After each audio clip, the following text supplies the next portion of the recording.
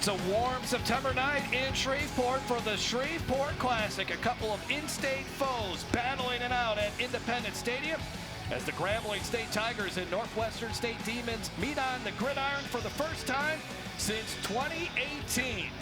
Hello, everyone. Jeff Palermo along with College Football Hall of Famer and two-time Super Bowl champion Gary Reasons. For the Demons and Tigers, both of them suffered lopsided losses last week. And one of the most common phrases in all of football is that a team improves the most from week 1 to week 2. And the respective coaches for these two teams are really hoping to see that tonight. Well, when we talked to those coaches, they wanted to move week 1 in the rearview mirror as fast as possible. And I think we're going to get a better effort from both teams here, really, because most teams, when they start out, Jeff, they don't really know who they are, the dichotomy of the team, what the experience level is. They got all that behind them. I expect a high-octane game tonight. Yeah, hopefully we'll get a lot of points. Let's take a look at the keys. And really, the keys are the same for both teams, Gary. Well, I think that's really going to be critical because when they have these two keys, you basically simple, play football, play smart football, and that is eliminate penalties. Both coaches told us that, limit the turnovers, and really they both want to get off to a fast start. They want to get out there and be able to play, good, solid football. So both programs are trying to say, hey, do what we can do and do it well, and they think they'll be okay in this ball game. We'll have kickoff from Independence Stadium coming up here momentarily. More coming up from Shreveport.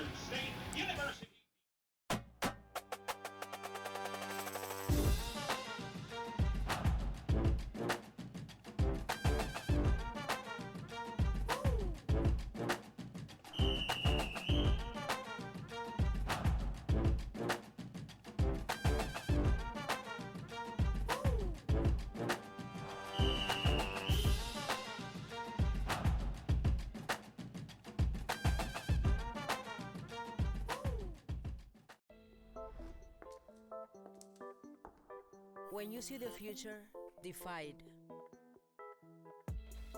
When you see all of the infinite possibilities, free them from the wildest parts of your imagination. Raise the bar and exceed it. Make the road ahead by being the muse and the maker, by making this journey legendary. Be iconic. Following my mother's footsteps definitely led me to Shaw University. On a college tour, she's like, oh, look, DJ, that's the McDonald's I used to go to. It ended up being a place where our band members would get to know each other outside of the band room. Oh, you. It's definitely like our student union. But with fraud. For our crew to go to that same McDonald's she went to, I wouldn't want it any other way. You.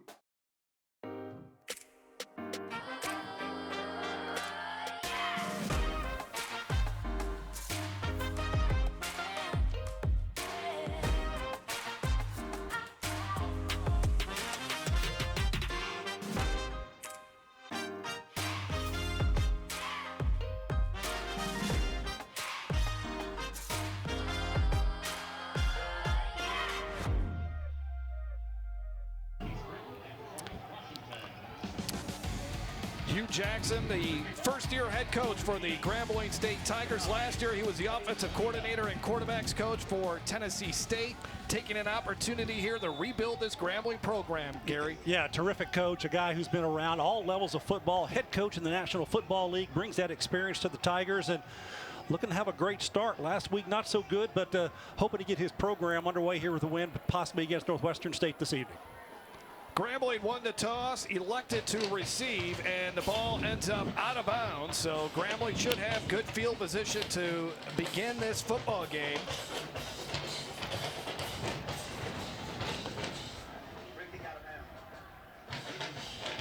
Placed at the 35-yard line. So we hear from our official Bobby Wright right off the bat here.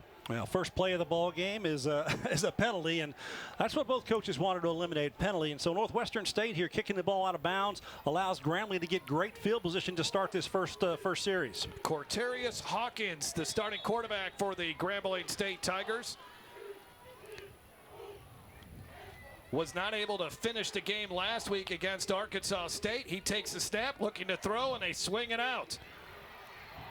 and getting around the edge and nearly picking up the first down, and I believe he did get enough for the first down, was Maurice Washington. Nice job there, Maurice Washington, the transfer from Nebraska. Yeah, you see his numbers a week ago. Not the numbers you like to have. You want to put those away and start fresh here tonight. Good job of getting him on target here with the first play and a good connection. Nice job by Northwestern State to get in the backfield that time, and the defense able to cover up that play very quickly. Northwestern State all over it defensively, as you had a couple of different defenders there. Ronnie Caldwell was one of the guys to finish it off. And they ended up losing 3 yards on that carry. Hawkins back to the air again as Demons rush 4. His pass is nearly intercepted over on the far side. Getting a hand on that football for Northwestern State was William Hooper, who got picked on a little bit last week in the loss against Montana. Well, good job that time by the Demons covering up the receivers late in the progression there. Q, who will call him here this evening, the quarterback, Quatarius Hawkins, will go by Q. He goes by that all through all his team and coaches. So we'll kind of talk about him there. But the Northwestern State here not giving up yardage. It can be a 3rd and long situation here when Grambling gets back to the field. So we have an injured Grambling player. Rain coming down here at Independence Stadium as there are some scattered showers in the area. And right as kickoff occurred, we get a mini downpour here. And here's the starters for Grambling on offense. You know, they say that the running back room at Grambling is stacked with a lot of guys. We should see a lot of numbers there coming through with great talent. The offensive line, a little bit of inexperience there, starting a couple of young players on the right side with number 54, Cody Hornsby, and also Taj Martin, also a freshman. Just 2 freshmen starting there on that line. Shows you that they think they can build with those guys. We'll see how they do tonight. The offensive coordinator is John Simon. Rough week last week against Arkansas State, where they lost 58-3, only had 102 total yards, 2 for 13 on 3rd downs, and 3rd downs were a big problem for Grambling last year trying to convert them. Only 30% of the time were they successful on 3rd down last season. Now they're looking at 3rd down and 12 from their 43-yard line with a driving rainstorm and throwing into the wind here. Hawkins steps up in the pocket, delivers a pass, and it's nicely defended by the Demons. That was excellent coverage there. Jabari Reddock was all over it. The young transfer from Stony Brook, he's a senior, 5'11", and the Demons defense comes up with a stop. Well, Weston Gloucester does a nice job here, the defensive coordinator for Northwestern, and matching the guys up, and they did a good job there. That time, Reddick does a nice job coming across the field, knocking that ball away. Brad Laird's got to like the start of his defense here in this ball game. Jimmy Isles, a punter from Australia who punted 8 times last week in the loss to Arkansas State, averaged 37 yards a punt. That was his first game kicking in the United States, and back to return for the Demons as Harrington, as that ball sails out of bounds. And Northwestern State, who had poor field position, it seemed like the entire game last week against Montana, they'll have to start from inside their own 20-yard line. Yeah, when we talked to Brad Laird, the head coach for Northwestern State, he said, hey, there's a lot of things good that happened in that ball game, but certainly they had a lot of mistakes, some correctable mistakes. Hopefully his team can go out there and do that tonight. This is an opportunity for Coach Laird. You know, he got his first head coaching win back in 2018 when they played against Grambling, and he remembers that game fondly, and like to get another one under his belt as well. That was a 34-7 victory for the Demons in Turpin Stadium.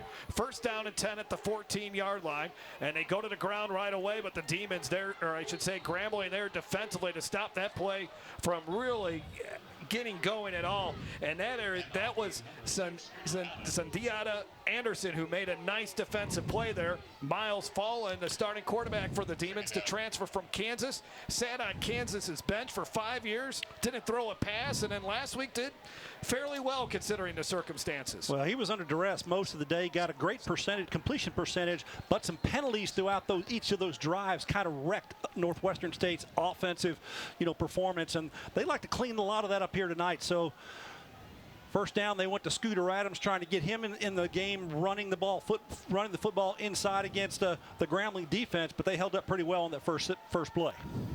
Fallon is rushing out of the pocket, gets the pass out, and that is complete to Jaheim Walters, and Walters picks up the first down to the 32-yard line, made a defender to miss. That was a nice play there. Fallon looking very comfortable in the pocket, gets flushed out, gets the pass off to Walters, and a first down for the Demons. Well, he's 6'5". He's a 200-pounder. He can get out there, 220-pounder. He can get out and run as well, and just very comfortable and good throw that time out there to Walters, and good first down for the Demons. Seems like the rain is picking up here in Shreveport. So 1st and 10 at the 32. Fallen has plenty of time. Little short crossing route, and the pass is complete to Walters again, the freshman from New Orleans. And let's take a look at the starting lineup. We'll hold off here as the Demons hurry up offense, running some tempo. 219 total yards for the Demons last week, and that shutout loss to Montana turned it over a bunch in the game. Fallen gets the first down as he runs around the right end, and Fallen showing the ability to run the football as well. Well, this offensive line has kind of been put together. You see big number 51 there. Tyshawn Turpin, he graded out the best on the offensive line. He was actually the Demon Brothers Booster Club Offensive Player of the Week, an offensive lineman from last week's game against Montana. Right tackle Rod Cheney also had a good game last week despite the score. That pass is complete out to the far side. Zach Patterson makes the catch from East Mississippi Community College. Had 3 catches last week. Picks up a grab there. Looks like they're moving the chains on the far side of the field as the Demons have moved into Grambling territory. I like what I see out of this quarterback. He's got comfort in the pocket. He understands the offense. He's got a good game plan. The offensive coordinator, Bo Blair, is putting him in position where he can succeed and trying to punch in this run game as well here to get it going. Colby Burrell gets his first carry. He's a transfer from Buffalo, a sophomore, 5'9", 200 pounds. As Demons get right back up to the line of scrimmage after picking up 4.5 yards on that first down play.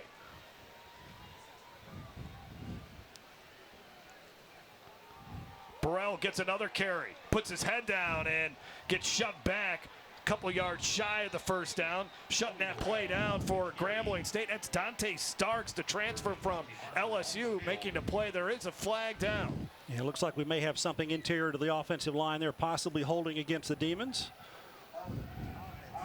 Number 72. 10-yard penalty. Repeat.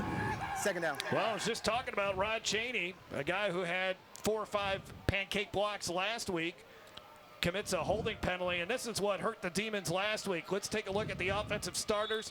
Scooter Adams, good to see him back healthy for Northwestern State. You were talking about that offensive line. Zach Patterson already has a catch. The guy they are really glad to have back is Javon Antonio.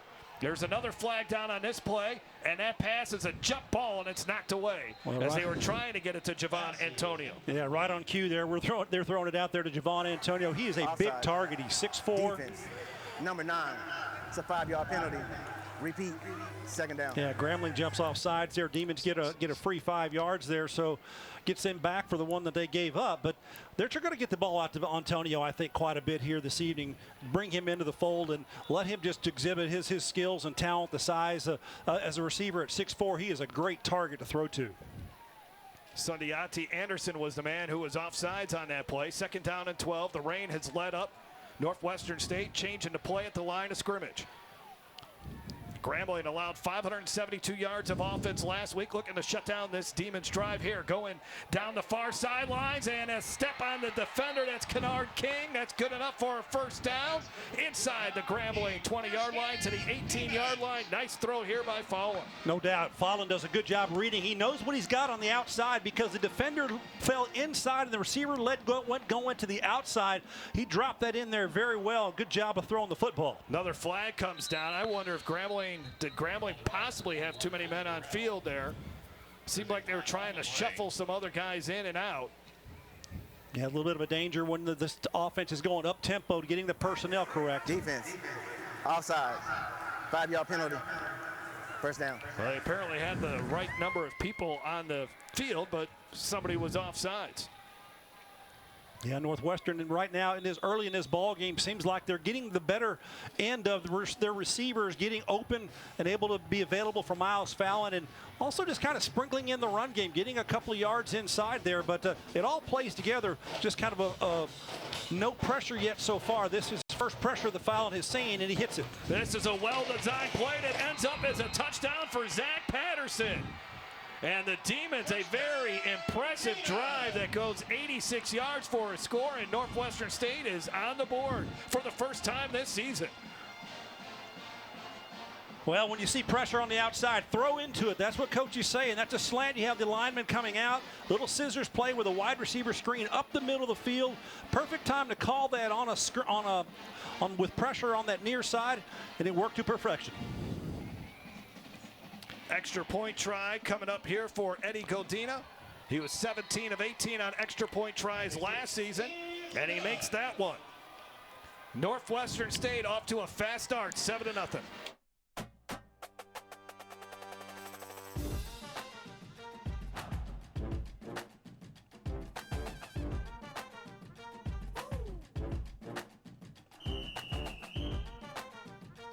This is a way to make sure that you are staying on top of your health. I used to think kombucha, generic probiotics, was going to get me good gut health. Something that I have started implementing is the Super Gut, and it has this like proprietary resistant starch fiber blend. And bro, it is delicious. Strengthens your gut biome by feeding the good bacteria in your gut. This stuff regulates digestion and improves glycemic levels. Typically, you would not get fiber in the standard American diet. This is almost too good to be a healthy bar. This is too good.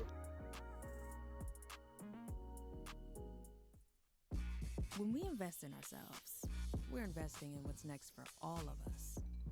Growing, creating, making moves that move us all forward. Together, we are Black beyond measure. Well, there was a big quarterback battle going into the season between Miles Fallen and Zachary Clement, who really performed well at the end of last season, helping the Demons win a couple of games in the month of November. Miles beat him out, and one of the things that Coach Brad Laird liked about him was that he was just more productive in practice, managed the offense better, and he really looked good on that first drive. Yeah, you go back to last week, you see the percentage, 70% completion percentage, so he threw the ball effectively, and he certainly did so on that initial drive, putting a touchdown on the board. This ball sails into the end zone. They're going to take it out. Maurice Washington makes one man miss. Can't make a second man miss as he gets upended at the 13-yard line. Nice job by the Demons to get down there and make a play defensively for Northwestern State. Yeah, good coverage that time by the Demons getting down there. Anytime you can get a stop down here on a kickoff, a lot of teams are going to let this go into the end zone. This be a touchback. But no, he says take it out, and they do. But good coverage that time, converging by Northwestern State, and they start at the 12, 13-yard line. There's Jared Pedraza making the tackle for Northwestern State. Yeah, Pedraza, who really came on late last year out of Franklin, Texas, was also a starter, guy who had 29 tackles a season ago. So it'll be Grambling now, starting inside their own 20. Let's see if Q Hawkins can get this Grambling offense going. And they'll run the football with Chance Williams, the freshman from Scotlandville High School, picks up a couple. Let's take a look at the Demons defense. Weston Glazer is the defensive coordinator. They move to a 4-2-5. Yeah, they got some guys up here that can play. Longino can get in the backfield. Jamar Volson, he is an exceptional athlete, a great player. Race Moser does a great job of leading this defense from the front end to the back end. Jared Pedraza, just a playmaker. He's got fumbles galore in his career. Great job there. The secondary actually is most experienced because they've got a couple of returning players back there. They're all pre-conference selections, and you see the work there on the end of the play with the secondary as well. So this Northwestern State defense is one that they think can be a real shining star for this football team, and really doing a good job here early on. Interesting play here. Gary had two receivers in the same area. Noah Bean almost comes up with it, though, for Grambling. Yeah, that's not normally the case, and you see the Demons are also thinking that they possibly could have had an interception on that throw as well. So 3rd down and 8. Hawkins barking out the signals. Let's see how many the Demons decide to rush. 6 seconds on the play clock.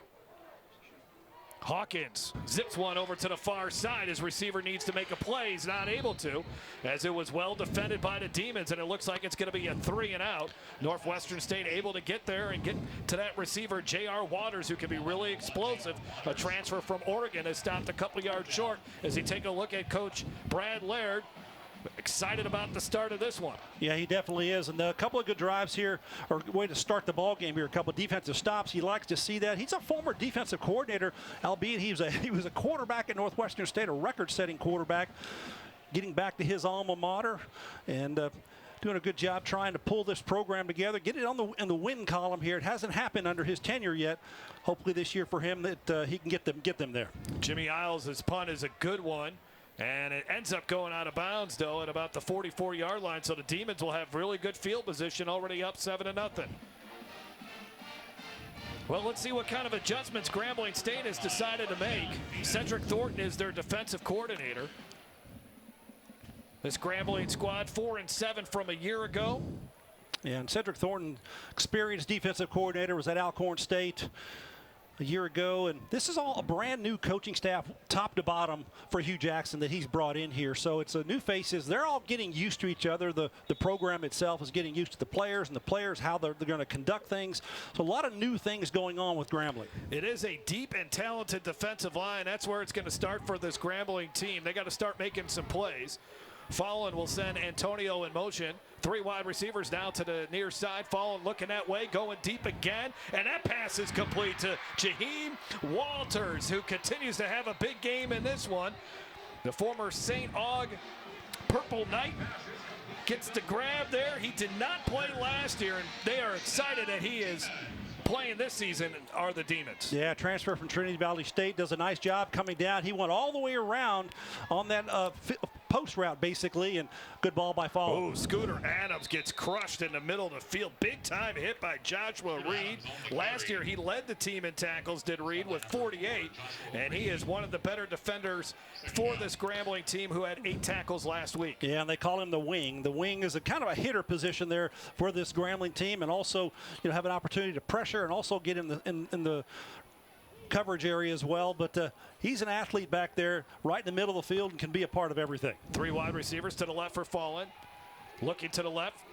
Pocket breaks down on him. He's going to take off. He's across the 20 to the 15 to the 10. Slides down at the 7-yard line. Northwestern State wants a penalty there. I think they should get a penalty because the player had slid. And there is a flag there. And then there's contact. And this may be a targeting penalty, actually, because I saw forcible contact towards the head area and the neck area as Miles Fallon was sliding on the field. We'll take another look at it here, but let's see what the penalty is first.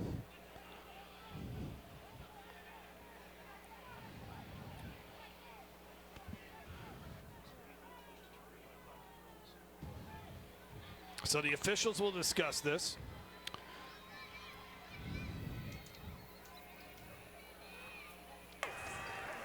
The previous play is under further review for targeting. So they will take a look at this for targeting, Gary.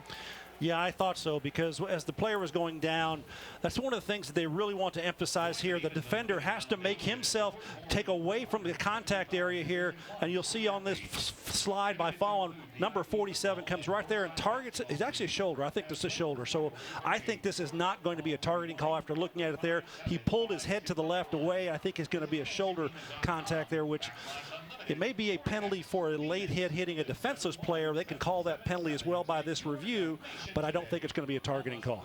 Tyron Vessel is the defender that makes the contact there with Fallon. Yeah, but when you see it from the rear view mirror, this side angle, that shot looked like it was his head-to-head contact. His head did not contact. It was his shoulder. At least that's what I saw from the end zone replay. How about the fact that we've seen Fallon use his legs quite a bit already in this football game? Well, that just shows you the athleticism that he brings to the table. And, he was at Kansas for a number of years, just sitting on the bench. Wasn't getting any playing time. And, behold, he moves through the transfer portal and comes to Northwestern State, where I think it's probably a very good fit for him here. In the, how does a guy come from Kansas to get here? It's the relationships really from coaches, and some of the coaches had put him in the system and contacted Northwestern State and said, hey, this is an opportunity, and it's all working out for him. And he's done very well in this ball game. I think his leadership capability is building and becoming more apparent. Fallon in the game last week had 8 rushes, but it went for negative 14 yards against that really good Montana team that's ranked in the top 5 in the FCS polls. We've mentioned the offensive coordinator, Bo Blair, actually took over for Cody Krill who was the offensive coordinator, but because of illness in the family, Cody Creel went back home. Bo Blair has taken over as offensive coordinator, and Brad Laird said the transition was seamless. Yeah, and Bo Blair, he actually is up in the booth, up in the box here in the press box, and he's calling the plays down to the field from his position. We're going to take another quick look at it here with Miles Fallen and before they make this announcement. And yeah, the defender comes in here. He comes in hard right there, but as I'm telling you, from the end zone look, I think we can see that a little better, that he's not leading with his head. It's just such a tough play as a defender, Gary. I'm sure you're glad in a lot of aspects you're not playing defense now. It's tough. It really is. As a linebacker, I played at the highest level, obviously in the National Football League and collegiate days at Northwestern State. But I tell you, it's the coaching now starts at the youth level of teaching kids at a youth level, and also in school, high school and grade school, middle school, to be able to tackle with a little bit different prominence. Back in the day when I played, it was, center everybody up, lead with your head, and those kinds of things. It's not that way anymore. They're coached now. Every position on the defensive side is coached to tackle with a better angle of your shoulders and keeping your head and neck area out of it. It can help the game significantly. We've seen over the years, since some of these targeting rules have been put into effect, a change in the way that defenders tackle.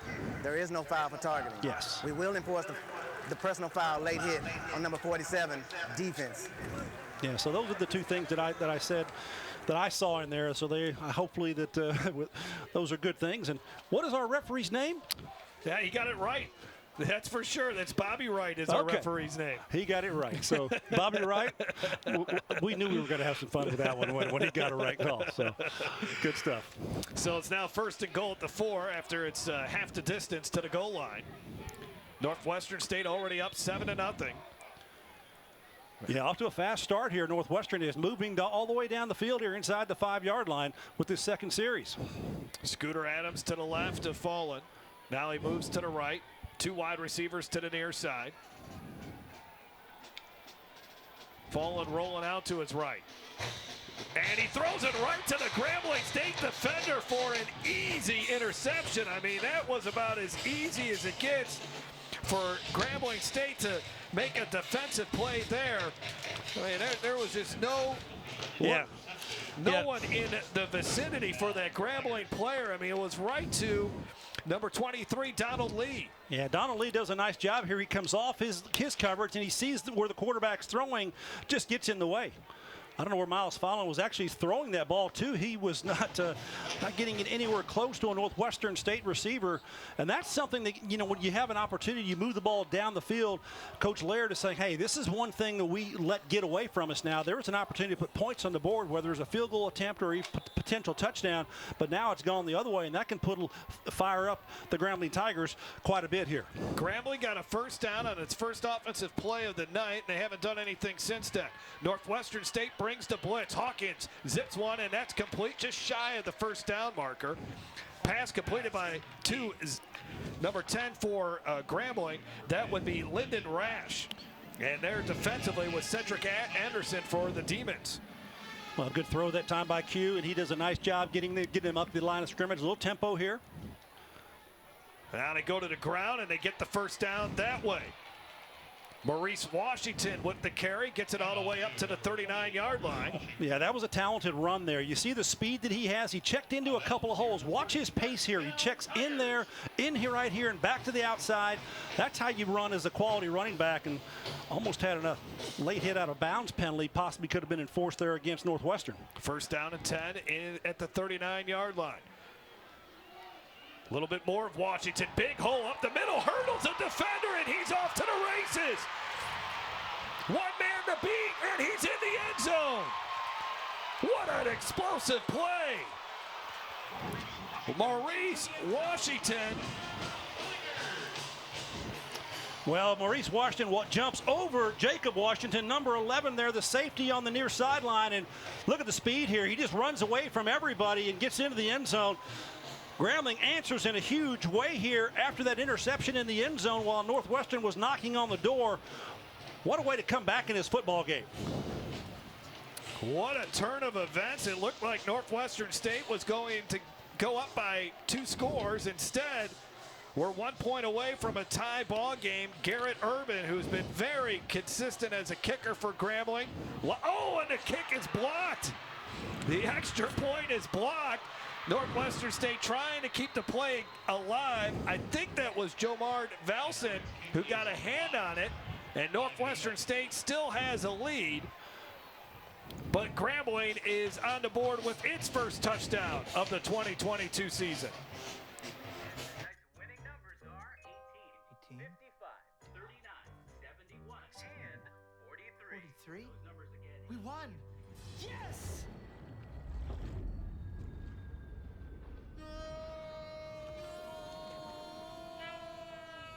Quick, the quicker picker-upper. Bounty picks up messes quicker, and each sheet is 2 times more absorbent, so you can use less. I'll hold on to that. Bounty, the quicker picker-upper.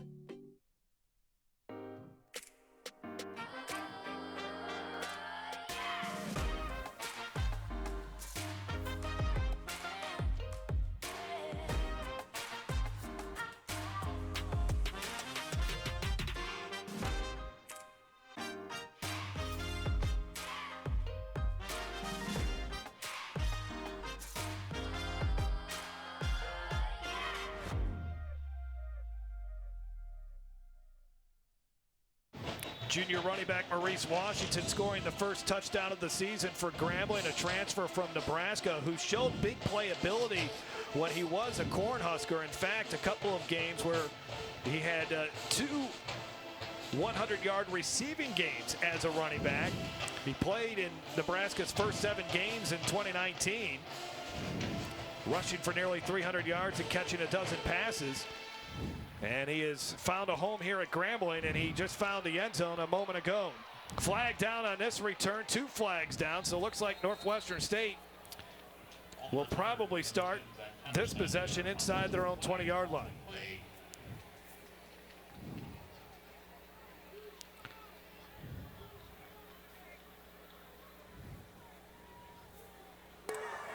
Holding.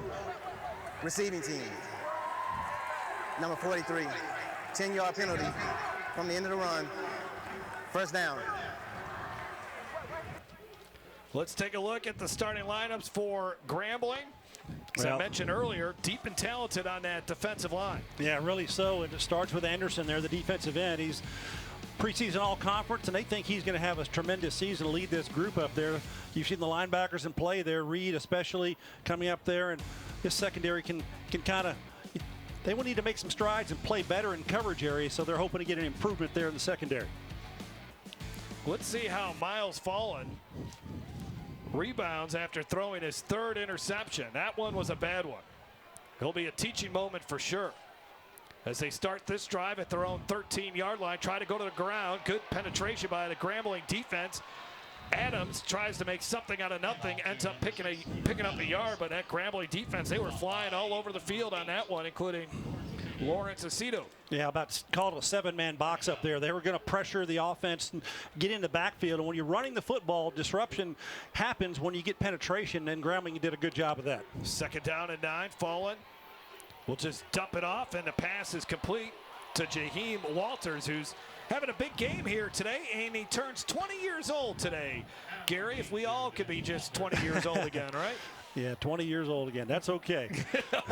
That's okay. Walters off to a fast start. That's his 4th catch of the ball game.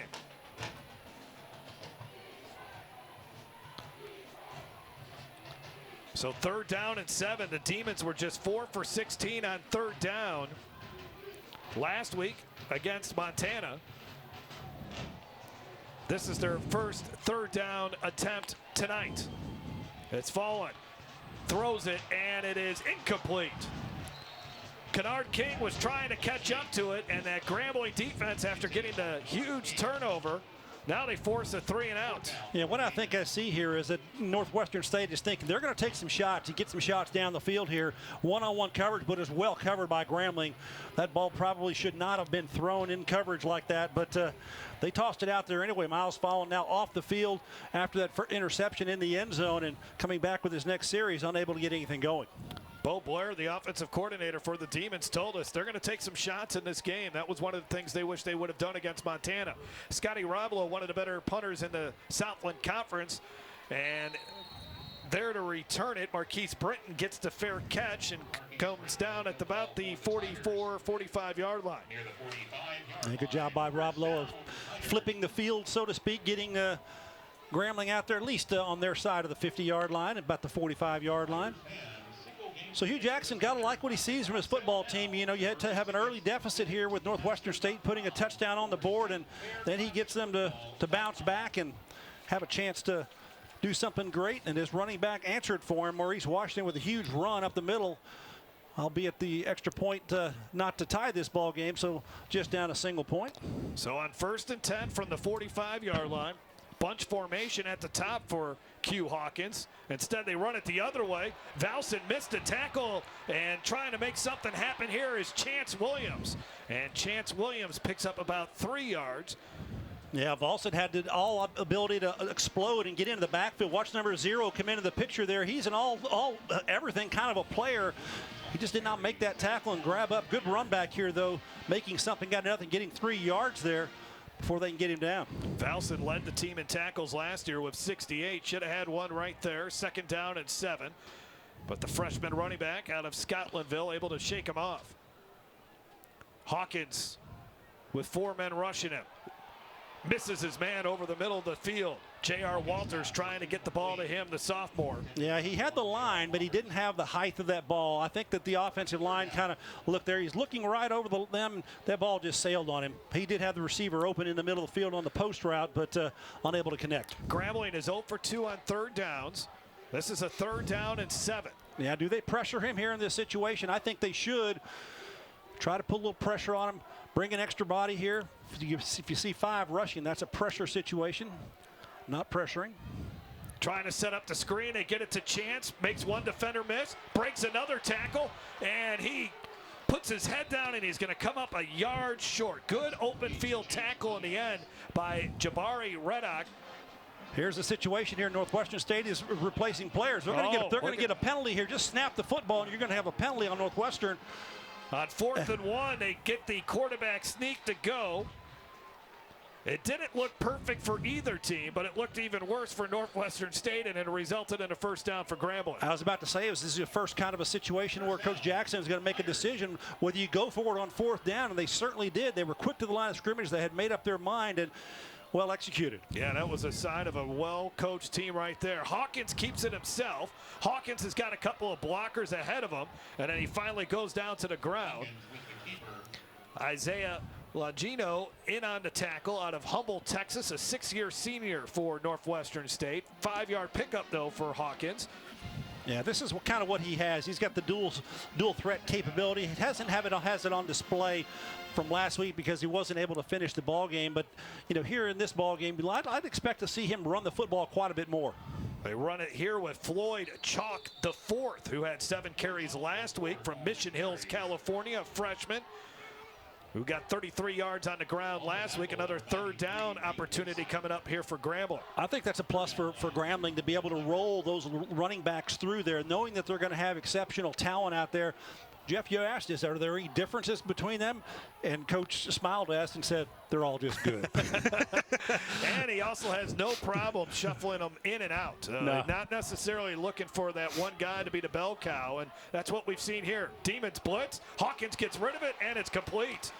J.R. Waters making another grab all the way up to the 27-yard line. Well, he's the one that they're setting out there all by himself, thinking that he's going to be able to make that little in cut and get inside of the defender, which he does, and a good target there for the quarterback, Hugh Hawkins, to throw to, and well executed there, get that 1st down here for Grambling to keep this drive alive. Well, Hugh Jackson told us that Hawkins can throw the football well. He's accurate, he's athletic, and he's earned the right to be the starting quarterback, and so far he's shown it off after a slow start. Pickup of maybe 2 there on that carry for Grambling. Yeah, the offensive line did a nice job here. Taj Martin and Cody Hornsby that time on the right side pushed that Northwestern State defensive line down inside. That's allowed the running back to kind of skip around there. They're trying to beef things up here on the offensive line here at Grambling to be able to run that football more effectively. Tyler Thomas is the starting center. He's a transfer from Kent State. And running the football, and here's Washington again out into the open field, and he's into the end zone. That time for 25 yards as Washington putting on a show. He's nearly at about 100 yards rushing in this game after a 61-yard touchdown run. Yeah, the old counter trap play, back offensive guard and tackle pull, come across, and then they open it up for Washington in the middle. They just cleared everything out and almost untouched to the end zone when running that path. And great job here by Grambling running this football against this Northwestern State defense.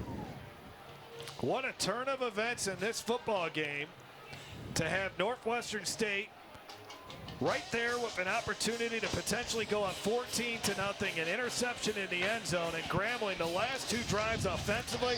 Hugh Jackson is probably saying, this is what I've been waiting for all summer, to see this offense cook like it's been cooking, and it's looked really good. Well, it starts with the offensive line. I've talked about that. They've made some moves there. They've actually got some guys doing a great job of blocking.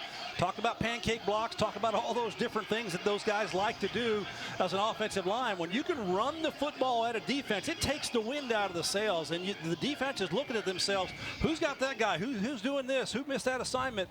Because that's definitely what's happening here. Northwestern State back on their heels a little bit here with this run defense. Looks like they're going to go for two after seeing the extra point blocked last time. And why not? The offense is in a rhythm at the moment. Northwestern State is on its heels, and Maurice Washington looks like he might have a huge night here tonight. Hawkins will throw it, and a nice job by the receiver to go up and get it. Lyndon Rash makes the catch, and it's a now 14-7 lead for Grambling. Its first lead of the 2022 campaign. Yeah, that is a nice grab there, going up high to get that ball. Gets inside of the defender in coverage there. So good job here by Q. Hawkins throwing the ball inside and getting a couple of points there, getting up to that good old number 14 here, and taking a nice lead in this ball game. Well, Brad Laird's been around for a while, as mentioned, in his 5th season here at Northwestern State. A team that went 3-8 last year, 30 newcomers this season. Grambling's got 40 newcomers. And that's not counting the coaches. All the coaches are new, 40 in here. Guys, change is coming in basically in almost every program in the nation. Yeah. With the way that collegiate players are able to move around here with the transfer portal and different things at play here. But Grambling is a tremendous brand. It is absolutely one of the most iconic programs. Starting way back, you can't leave a Grambling telecast without talking about Eddie Robinson, the legendary coach Eddie Robinson, with his 408 victories at the helm of this program. And that's the legacy that he brought to the Tigers, for years and years and years. And, he's a tremendous icon and well remembered. This will be returned by Northwestern State's Zach Patterson. He's got some room on the near side, but another flag flies. And again, the penalties are starting to catch the Demons, especially on special teams. That's the second straight return where they've had a penalty. Yeah, they got to sort this thing out, but Brad Laird's got to be pulling his hair out, what's left of it over there, because he had penalty after penalty after penalty here. Receiving team, number 43. This is a 10-yard penalty from the spot of the foul. First down. 10 penalties last week for Northwestern State, and that is their 3rd here tonight. And they'll have to start this drive inside their 15-yard line, and once again, continuing to be backed up, something that really plagued them last week in the 47-0 loss to Montana. Yeah, I saw the hold there. It was 2 hands under the jersey, number 43, Bowen for Northwestern State. The defender there who actually pulled both of his hands under there. I think it was a good call. So from the 15 for the Demons, as Grambling has rattled off 14 in a row. Not much running room at all as Grambling comes crashing in on the ball carrier, Scooter Adams. A host of Tigers there defensively, led by number 99. That's Xavier Kuzar from Long Beach City College in Irvine, California. And that's our final play of the first quarter. Could you say a tale of two different quarters there? Northwestern State was in control for the first part of that quarter, or the first half of it, and then Grambling comes roaring back with a couple of touchdowns by their running back, Maurice Washington. We head into the second quarter in the Shreveport Classic. More coming up after this.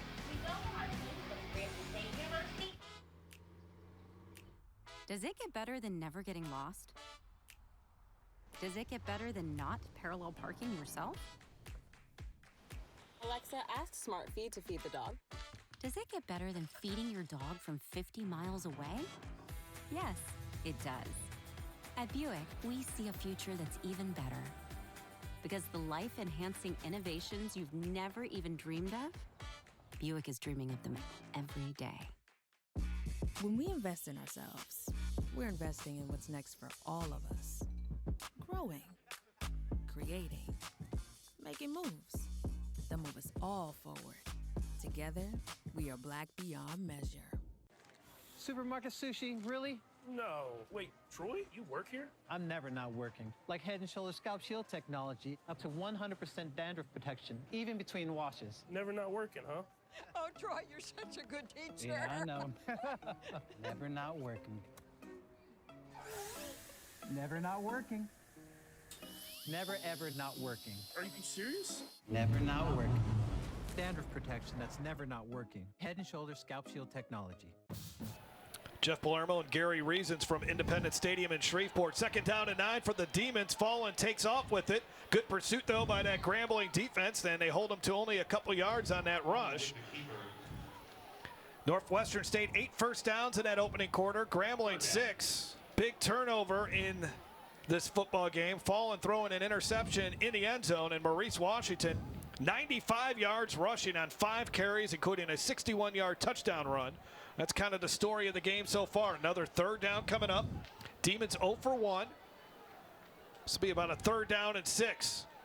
Fallen's got time and well defended, and it's intercepted. Another pickoff for this Grambling defense. Taking it inside the 5-yard line. That's Tyron Vessel, the freshman from Baton Rouge. And Grambling has it 1st and goal at the 2. Great job that time by Vessel, just fighting for the football there, taking it away from the receiver, Miles Fallon. They actually dropped 8 in coverage there, trying to get that ball inside there to Walters again. Good job of going for the football, and there's your quarterback knocking him out of bounds to save the pick 6. So 1st and goal at the 2 as Grambling looks to add to a 14-7 lead. So Northwestern State now, Gary, is -8 on the season with that turnover margin. Wow. 4 interceptions on the season for Fallen. Heavy package here, double tight end look for Grambling State. Q Hawkins barking out the signals. Well, if you're for Grambling here, you're looking for cashing in. If you're for Northwestern State, you're here trying to hold them out and make a big play, and that's exactly one right there. Get into backfield. Longino does a nice job of getting penetration into backfield, and that's exactly what you want to have happen. Wreak havoc. Get back in the backfield, and did a nice job there. Longino, 2nd team All-Southland Conference preseason pick. 6-year senior. Last year, 11.5 tackles for a loss. Gets a big one right there. Had 9.5 sacks on the season. So 2nd and goal at the 5 now. Williams to the left of Hawkins. More pressure on Hawkins. Gets away from it. Trying to direct traffic. Avoids another defender. Lobs one to the corner of the end zone, and there's a flag. Keenan Leachman is the defender there. Was he holding? I think it's going to be pass interference against the defense in the end zone, so that ball's going to come to the 2-yard line by rule. Is this a catchable pass, though? It may not be a catchable pass, but the contact possibly. Pass interference. Defense, number 7. This foul occurred in the end zone. The ball replaced at the 2-yard line. 1st down. William Hooper, I should say, committing the penalty. Number 7, not number 1. Hooper back there in coverage, but take a look at it here. It's a long play here. And Hawkins, you see his escapability and his speed, and he's trying to direct his players back there, and then he tosses this ball in the back of the end zone. There's the contact right there in front of us. A little bit of a holding penalty as the ball is sailing, and regardless, they're going to make that call. So 1st and goal at the 2 now, thanks to the penalty. Demons have been hit with 4 penalties in this game.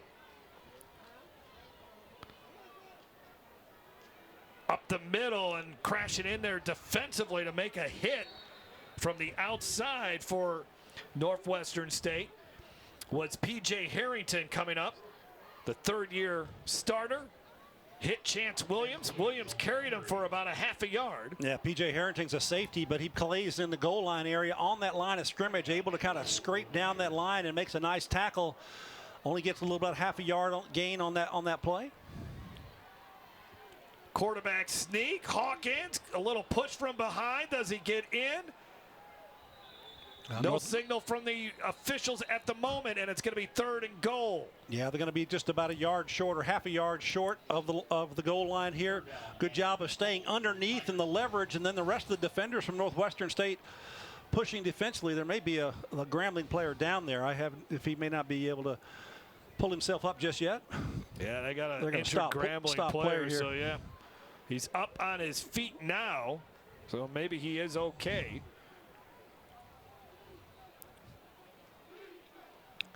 Now, if you're Northwestern State, you want to get a defensive stop here. This is huge if you can get get in the backfield, cause pressure on Hawkins.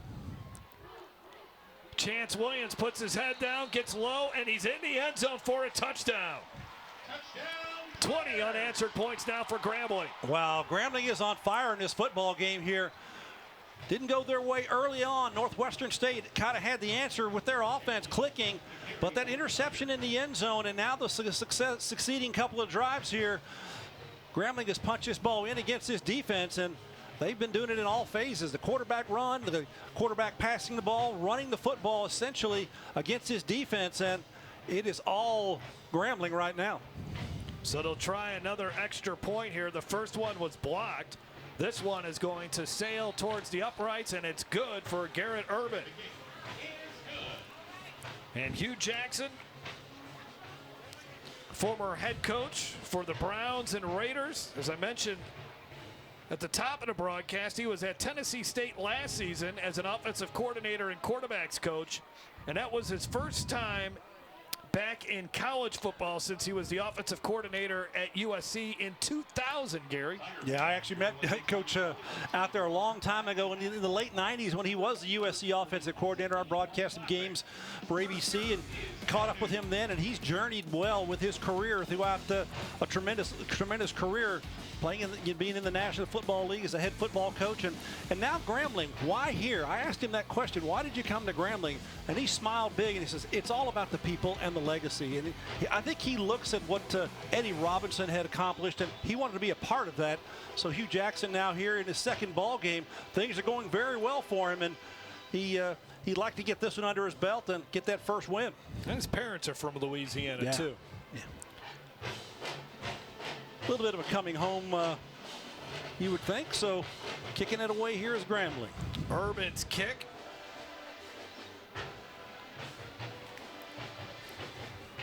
And the return man for Northwestern State, Cedric Anderson, gets it up to the 34-yard line. And there's a flag again. That is the third consecutive kickoff return that has resulted in a penalty for Northwestern State. Well, it may not go against them. It may be against Grambling on the outside there, because that flag was thrown on the sideline. I'm not sure if it was on the tackle or if it's on the return itself. Doing the return. Holding. 3 in a row. Receiving team, number 21. This is a 10-yard penalty from the spot of the foul. First down. And again, another drive that's going to start inside their own 20-yard line. This is not easy for an offense to overcome. The field position battle is tough. You need your special teams units to be able to keep you there. And take a look on there. There's Jared Pedraza, number 21 right there. Not a lot of jersey, but it looked like he might have had some there as he goes by. And the officials on the sideline can see that his extended arms and hands. So, again, they're backed up here, 1st and 10 inside their 15. Zachary Clement looks like he's in at quarterback. So after falling through 2 interceptions, they go to Zachary Clement. I think we still have Miles following in there. Is it still Miles in there? Okay, yes. 15 is still in there. All right, so they run it off to the right side. Kenneth Lacey on the carry there, and he gets about 4. Yeah, good hard run that time off the right side there by Lacey, getting a good 5 yards here or so on that initial run of this series. So 2nd down and 5. They got 3 wide receivers to the near side as the Demons maybe going to try to get the running game going a little bit here. Might have gotten a little bit too pass happy. Fallon is 7 of 10 for 106 yards, but the 2 interceptions loom large. He gets hit as he throws, and it's incomplete. Yeah, couldn't step into that throw to get that ball down. Sails on him, he goes out of bounds. But I like what Grambling is doing defensively. They've kind of got 2 safeties over the top, just kind of looking at everything. But then they kind of match up in coverage here underneath on the wide receivers as they go out. If they push a running back out there, and they've handled the front 4 here, done a decent job of squeezing the pocket on Fallon. Demons 0 for 2 on 3rd down. Fallon, single coverage, and he just missed his man. Zach Patterson streaking down the far sidelines. There was tight coverage, though, by Grambling defensively. Well, that's what you want as a defensive coordinator. Cedric Thornton's got to be happy with the play of his defense. They've rebounded here. They've gotten off the field here. They've taken Northwestern State's best shot, and they've held back now here on these last few drives, and they continue to get off the field here. That's a 3 and out. Marquise Britton, good coverage. Now he'll go back and await the punt here from Scotty Roblo, who is a Shreveport boy from Byrd High School, played soccer, played football for Mike Suggs, came here to Northwestern State as both a place kicker and a punter. And as soon as he started focusing more on punting, he's been much better, and somehow that was not blocked. And then it takes a good bounce and roll here for the Demons, and that's exactly what Northwestern State needed to have happen. They had to flip the field, and they did that. Now we have a flag and a little scuffle right at the 50-yard line. Yeah, and I think this may go against Grambling as well. One of their players threw down on Northwestern player and flipped him, so we may catch a little video of that there as that transpired around the 50-yard line. We'll see how this is enforced. Holding, receiving team, number 38. We go from the end of the kick, 10 yards, 1st down. Well, both teams can't stop committing penalties. Well, every special teams play. Watch number 11 right there on the left side of your screen, and I don't know. Roblo had 1 blocked last week. He nearly had 1 blocked right there. And the ball will be at the 16 here for Grambling. So the Demons defense has got to make something happen with 11:07 to go before halftime, as Grambling offensively has been unstoppable here after a slow start. Yeah, so Bo Blair's got to get his Weston Glauser's got to get his defensive group in sync here and hopefully force a 3 and out. Got field position in your favor for your Northwestern State inside Grambling's 20-yard line to start this drive with that added penalty, so it's a good situation for them. We'll take a look at this penalty here that causes it right at the top there. You see number 28, that's the penalty that they called on the hold, so definitely a penalty that should have been enforced. Looked like more of a takedown than a hold. It was a WWE kind of a takedown. 2nd down and about 8.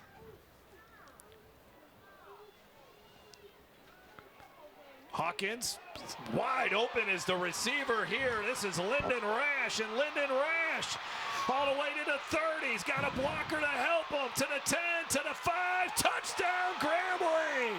Another explosive play for the Tigers. And all of a sudden, it's 27-7.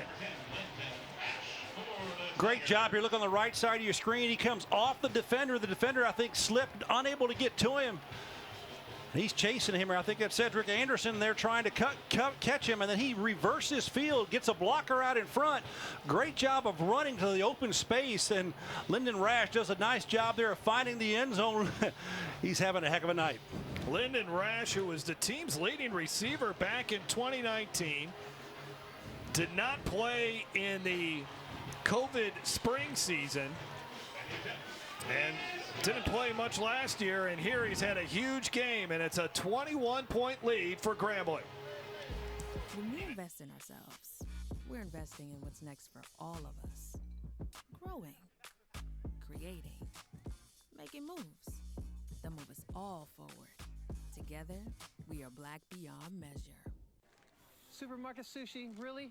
No. Wait, Troy, you work here? I'm never not working. Like Head & Shoulders Scalp Shield technology, up to 100% dandruff protection, even between washes. Never not working, huh?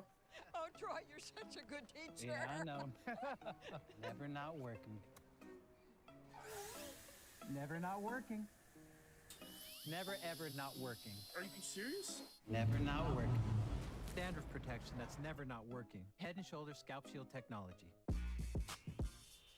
When we invest in ourselves, our glow, our vision, our vibe, we all shine. Together, we are black beyond measure. Well, Lyndon Rash getting into the end zone. 6 foot, 220-pound senior from Baton Rouge, prepped at Madison Prep. And Grambling, 28 unanswered points here against Northwestern State. Yeah. Q Hawkins having a heck of a night here with these runs after the catch and plenty of firepower. And good job by the coverage team for Grambling. P.J. Harrington on the return, but couldn't really get very far. There is a silver lining for Northwestern State. No penalty on that kickoff return, so they'll actually get to start outside their own 20. You noticed that, right? So used to calling a penalty after a kick or kick return. All right, their Northwestern State's got to go to work. They've got to put everything that they've seen here in this football game behind them, and they just got to go at it right now. And so Miles Fallen still in at quarterback. Well, Javon Antonio still without a catch in this ball game, #1 for Northwestern State. Had a half a dozen catches last week. Grambling knew they wanted to try to take him away from this contest, or in this contest. Fallen is going to go down. Again, great penetration into the backfield. Brian Powell from Atlanta, Georgia, had 12 tackles for a loss last season and a couple of sacks. Gets in the backfield there for a 5-yard loss. Yeah, do your job. Stay at home, and that's exactly what he does. In the backfield, negative play. All of a sudden, 2nd and 15 for the Demons, who are just scuffling right now. Adams looking to make something happen. He coughs it up. Still on the ground. Who's got it? I think the Grambling State Tigers still got on it. Ryan Fields had an opportunity. Then the ball slipped away, and then it goes to the Demons. How about that? Getting in there, I think, was Jaheim Walters to recover it. Wow, this ball pops out here. Scooter Adams does a nice job of cutting, but you got to protect that football. I didn't see who caused that fumble. Could not pull it in there, and the first Demon underneath that pile, who's the one who got that football, so saves him on that potential turnover. On 3rd down, Fallen keeps it, shreds one tackler, and he's got the first down. A much-needed first down for the Demons up to the 33-yard line. That's the first time they've been able to convert on 3rd down tonight. Yeah, and 3 running plays consecutively there for this offense, trying to get something going here, getting a first down and moving the chains. At the 33-yard line. Running hard off to the left side was Colby Burrell. I see this Northwestern State offense is going to go up-tempo here, get to the line of scrimmage, get things going, trying to push this Grambling Tiger defense back a little bit here and keep that running game going. Up to the 37-yard line. Gain of about 5. Fallen keeps it himself. And he's got some room to run around the left end. Yeah, it looks like he's about close to the line to gain on the first down. No, they're marking it where he started to slide. He actually went into a sideways slide there, so taking it back before the line. So about a third, about a half a yard, I guess, Jeff, to get here for the first down. Javon Carter credited with the tackle from East Ascension High School down in South Louisiana. 3rd down and less than a yard. That's offsides there by Grambling, and they're not throwing the flag. But it's a first down for the Demons as Kenneth Lacey gets to carry. How can you not throw that penalty flag there? And player just left before the ball snapped going into the backfield. That surprised me. So the Demons finally getting a drive going here. And now we're going to have a timeout called by Grambling with 7:31 to go before halftime. Yeah, coach wants to get them settled down here, knowing that things are going pretty quickly here with Northwestern State at the line of scrimmage. And it's a couple of good little starts here to get a couple of first downs for Northwestern State. Grambling up by 3 touchdowns here in Shreveport. Does it get better than never getting lost? Does it get better than not parallel parking yourself? Alexa, ask Smart Feed to feed the dog. Does it get better than feeding your dog from 50 miles away? Yes, it does. At Buick, we see a future that's even better. Because the life-enhancing innovations you've never even dreamed of, Buick is dreaming of them every day.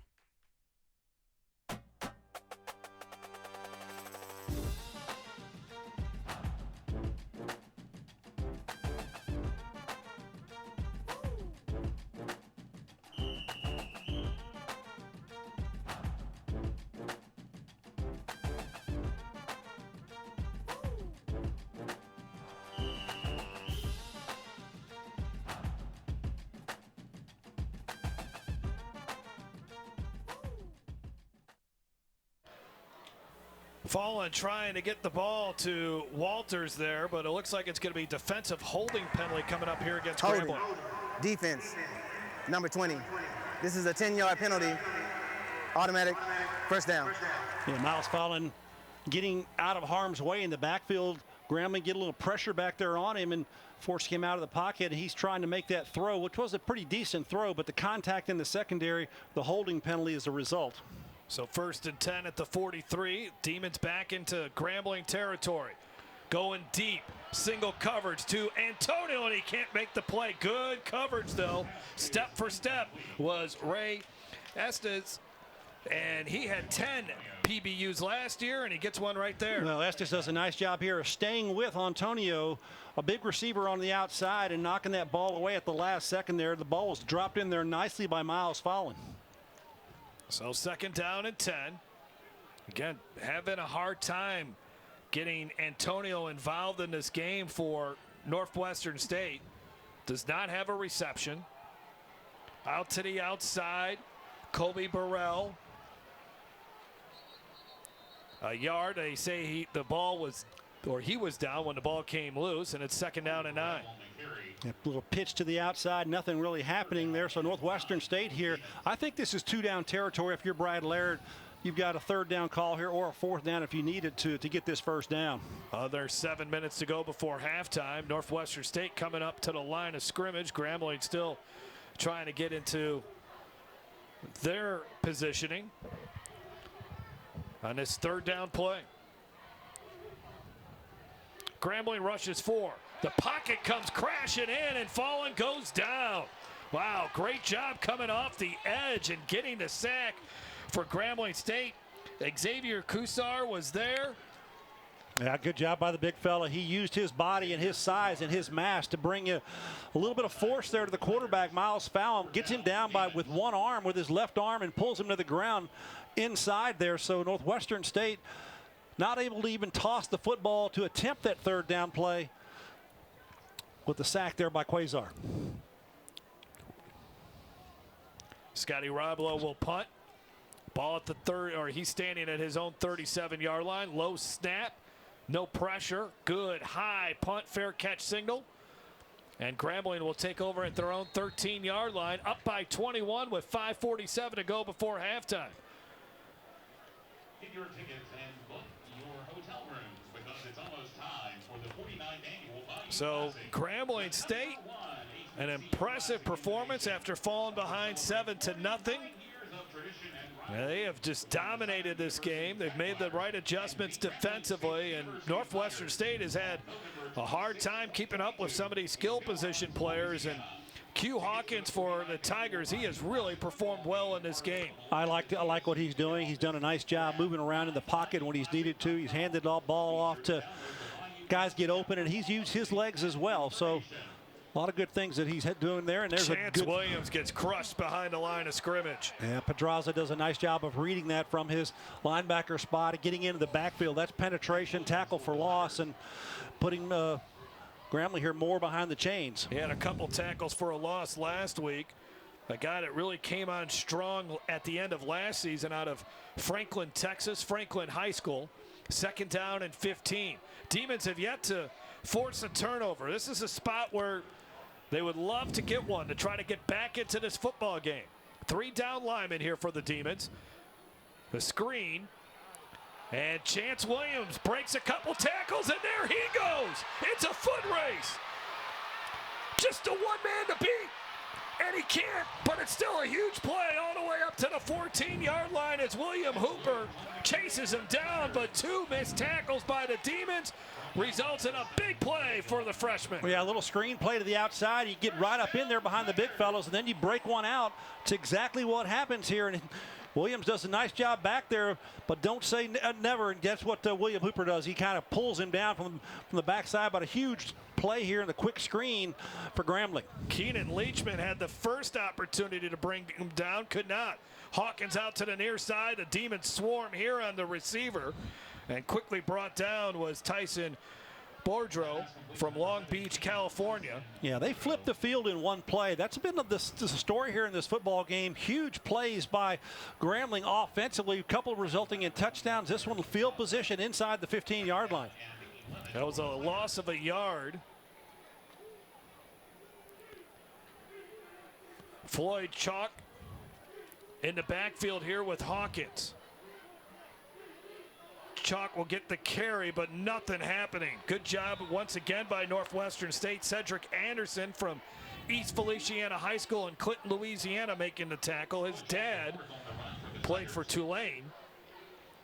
Yeah, Cedric Anderson being the boundary corner that time, right at the line of scrimmage, getting in the backfield and making a negative play.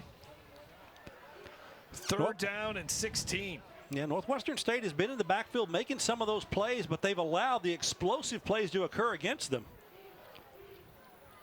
Hawkins has time. Man open. What a strike. Touchdown, Grambling. That was a beautiful route by the receiver into the end zone, and Grambling continues to pour it on. Claude Coleman snatches that one, the sophomore from Baker High School. Well, good route, good job by the quarterback of understanding where his receiver is going to and anticipating him getting there beyond the defenders and throwing that ball to a spot and right on target. Extra point try coming up here for Garrett Urban. And it's blocked. The second one that's been blocked here tonight.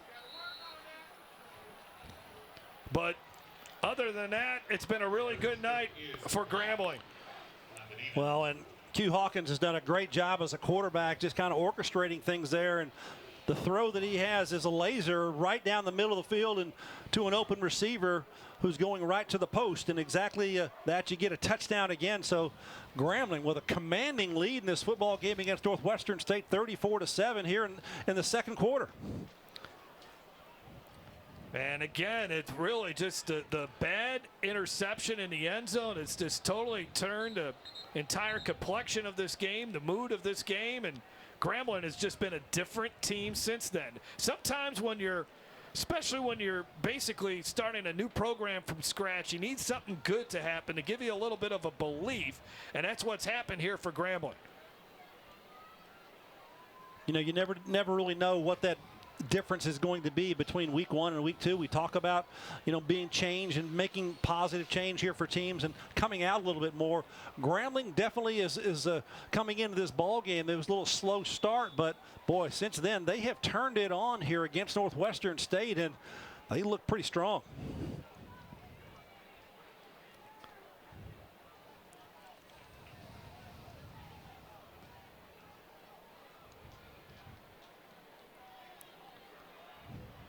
Believe this is Kennard King on the return. Up to the 22-yard line.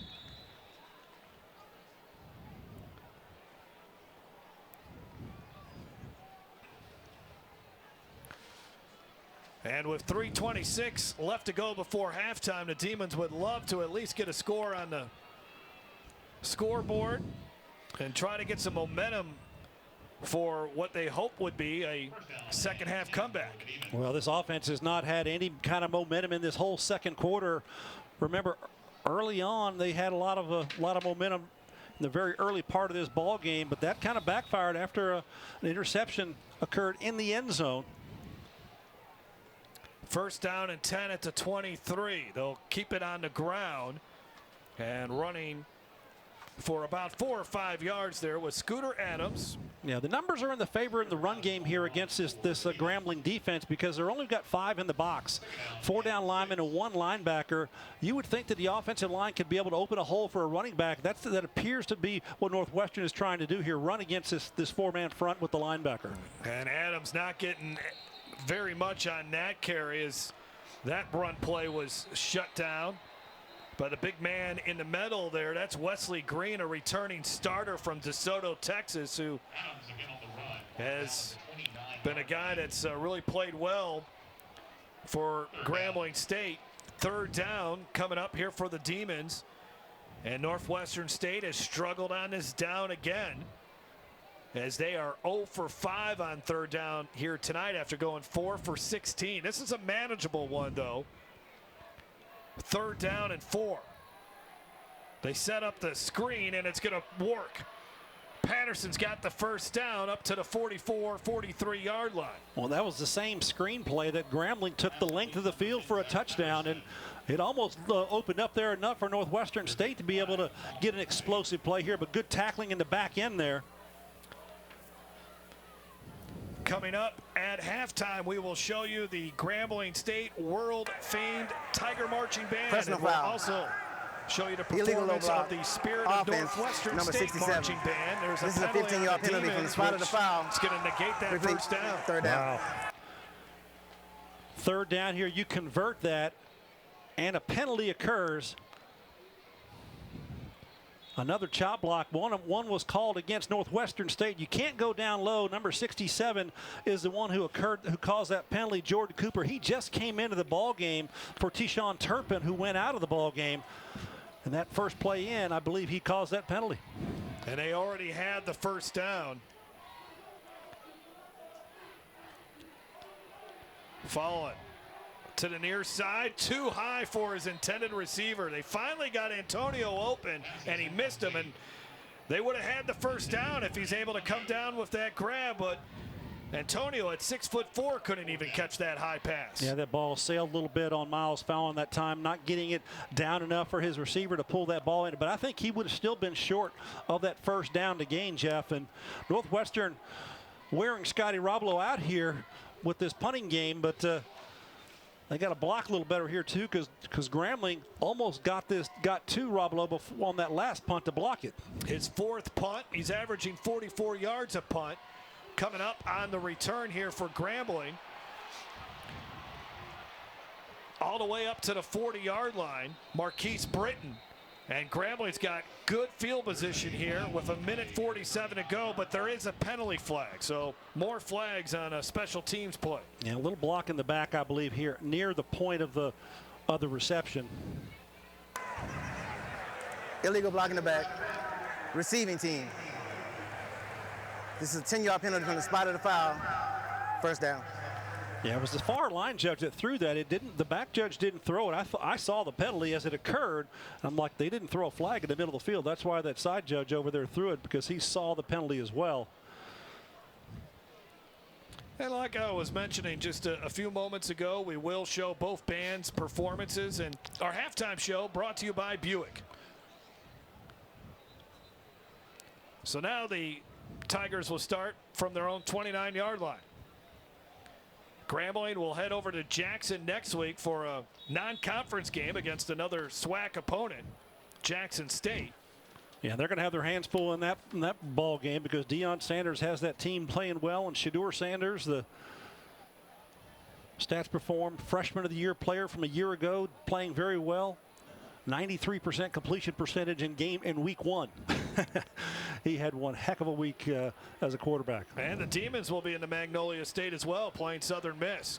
Good pressure on Hawkins, but he gets away from it, goes deep, a man wide open, and it's caught at the 24 and into the end zone for another score for the Grambling State Tigers, who are just pouring it on. J.R. Walters breaking free, and it is now 40-7 Grambling. Wow, Jacob Washington not in coverage here.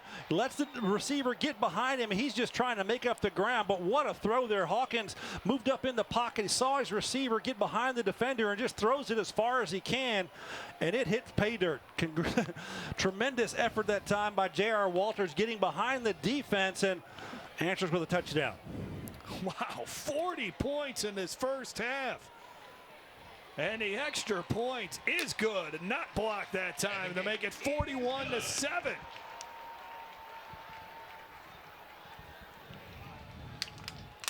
And the big crowd from Grambling loving every moment of this here at the Shreveport Classic. We'll be back after this.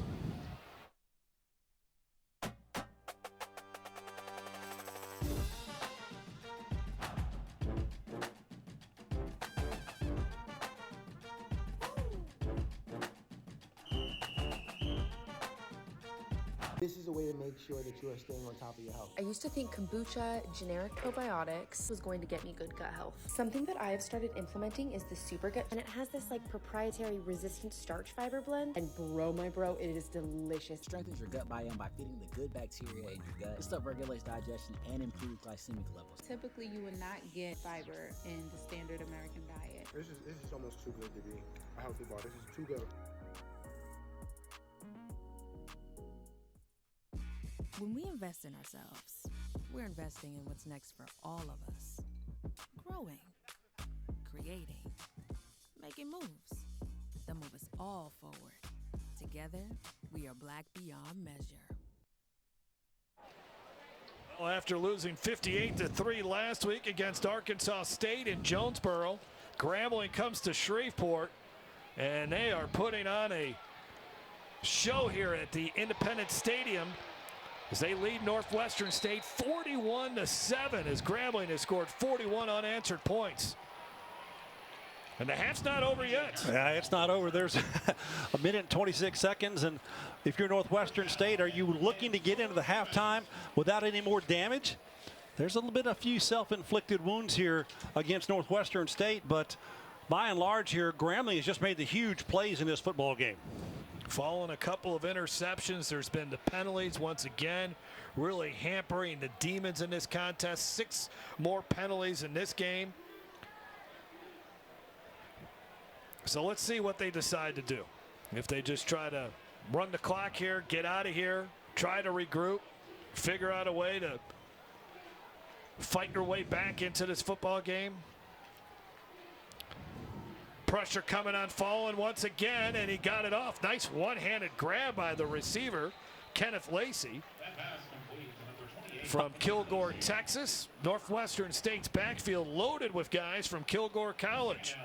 Lacey, Adams, and Johnson, Garrison Johnson, they're all from Kilgore, Texas, Kilgore College. Jeff, I think I've got it figured out. Northwestern State early in the ball game was doing very well when it was raining. But yeah, when the rain stopped, that's exactly when Grambling took off. So Grambling's not a mutter. I think that's probably what we've learned here. They like to play on the fast track, and you're right. As soon as that rain has let up, Grambling has been in complete control of this one. 3rd down and 1. And they're not going to convert. Shut down. Great job by that Grambling defensive line as they have been winning the battle in the trenches here tonight. Well, this may go down as that may be the last play of this half. Sundiata Anderson making another big play. A guy that Hugh Jackson told us when we spoke with him earlier this week, they need big plays out of this young man, 6'5", 240 pounds, who's just an athletic, rangy, long player. And that is our final play of the first half. What a first half for Grambling State. A message being sent that Hugh Jackson is serious about bringing a winner back to Grambling. And Northwestern State will have to do some major soul searching in that locker room to figure out a way to get back into this game. We got the Buick halftime show coming up here shortly, as we'll show you the performances from the 2 marching bands that are here tonight.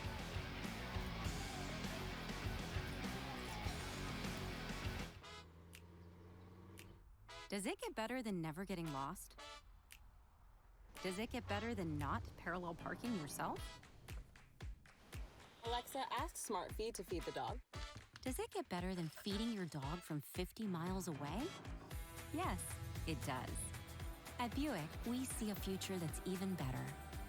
Because the life-enhancing innovations you've never even dreamed of, Buick is dreaming of them every day. When we invest in ourselves, we're investing in what's next for all of us. Growing, creating, making moves that move us all forward. Together, we are Black beyond measure. Supermarket sushi, really? No. Wait, Troy, you work here? I'm never not working. Like Head & Shoulders Scalp Shield technology, up to 100% dandruff protection, even between washes. Never not working, huh? Oh, Troy, you're such a good teacher. Yeah, I know. Never not working. Never not working. Never ever not working. Are you serious? Never not working. Dandruff protection that's never not working. Head & Shoulders Scalp Shield technology. It was always a tradition in the family to play saxophone. My mom was a saxophone player. I started playing in the 7th grade. It makes me happy to know that he's following my footsteps. I'm really honored. My mom was taking me on a college tour at Shaw University, and she's like, oh, look, DJ, that's the McDonald's I used to go to. This McDonald's is so important because it ended up being a place where our band members would go to get to know each other outside of the band room. Oh, no! You! It's definitely like our student union. But with fries. For our crew to go to that same McDonald's she went to, such a big deal for me. I wouldn't want it any other way. Clap for the youth! You! When we invest in ourselves, our glow, our vision, our vibe, we all shine. Together, we are Black beyond measure. Down on some jambalaya, crawfish pie, and filet gumbo. The spirit of Northwestern proudly presents When the Sun Goes Marching In.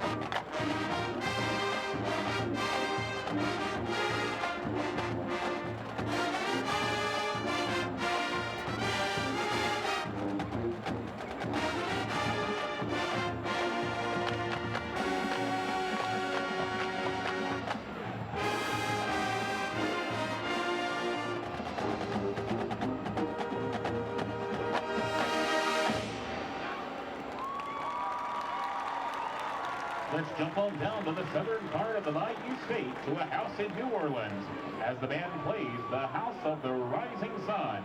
Then get up, get moving, and watch as the spirit of Northwestern backs it up for a song by New Orleans' own Terrius Gray, better known as Juvenile.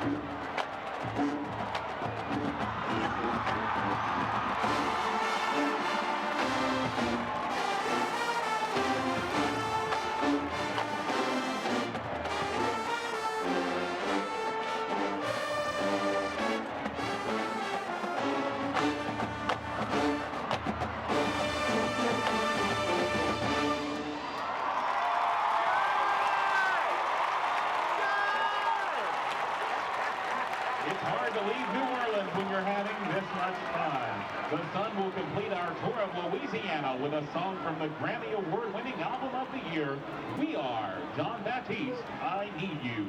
Then, jump on into the second line where we celebrate our state's most iconic song, When the Saints Go Marching In.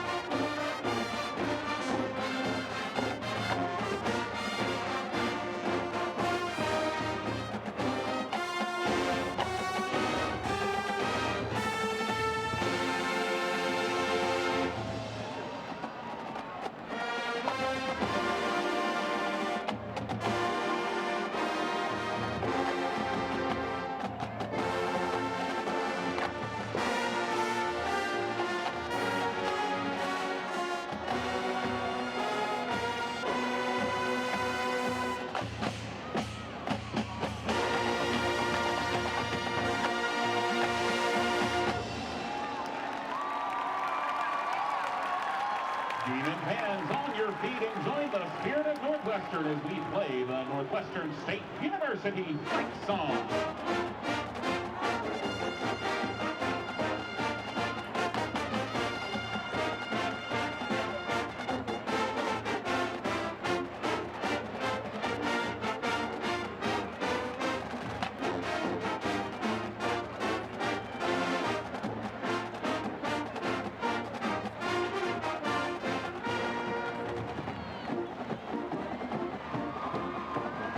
Spirit of Northwestern thanks our fans and hope you have enjoyed this show. Please join us again soon. And go Demons!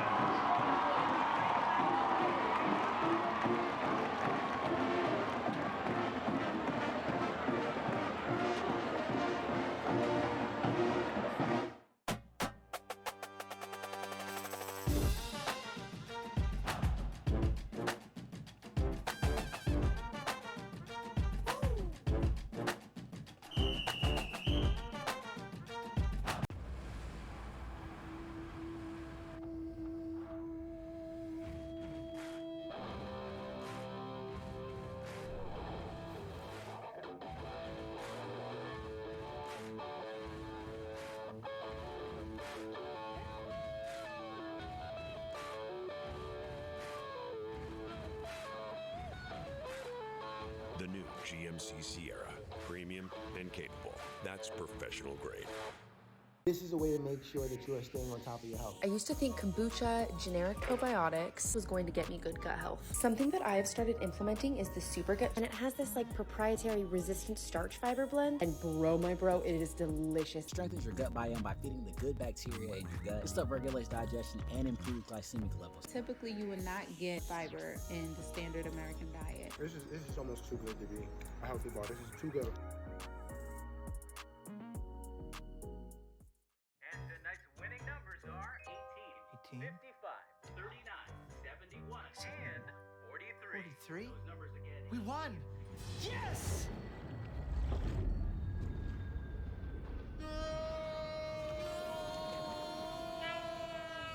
Quick, the quicker picker-upper. Bounty picks up messes quicker, and each sheet is 2 times more absorbent, so you can use less. I'll hold on to that. Bounty, the quicker picker-upper.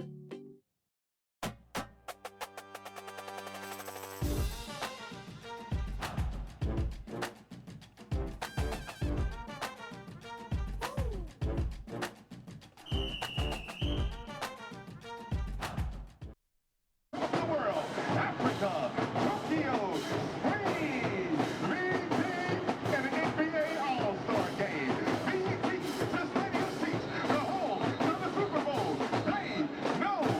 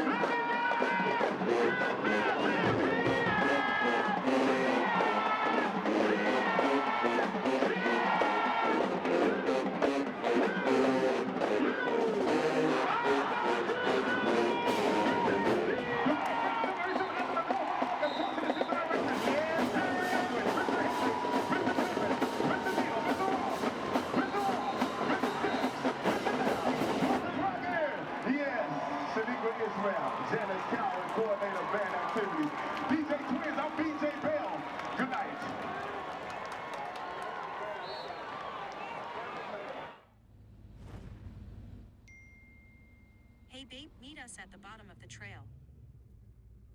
Oh, man. Hey. Open up. The redesigned Chevy Silverado with a sophisticated high-tech interior. Open the door. It's easy to forget it's a truck.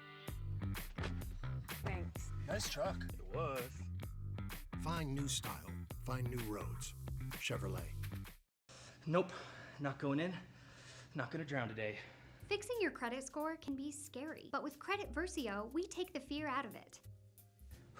Okay, you can do this. Be brave. Don't cry again. Hey, this isn't too bad. Credit Versio helps dispute negative marks on your credit using our state-of-the-art technology that guides you every step of the way. It's never been easier to fix your credit and increase your credit score. Seriously, you can do this. Visit creditversio.com right now to get started.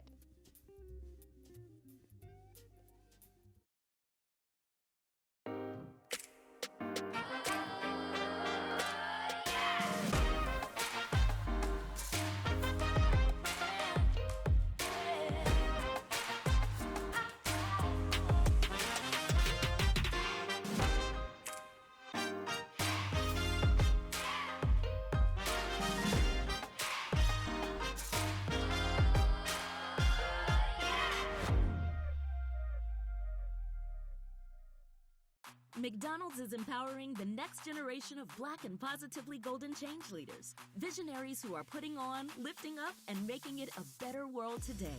Whether you're an artist, financial guru, activist, or entrepreneur, McDonald's is looking for those who are doing it for the culture and their communities.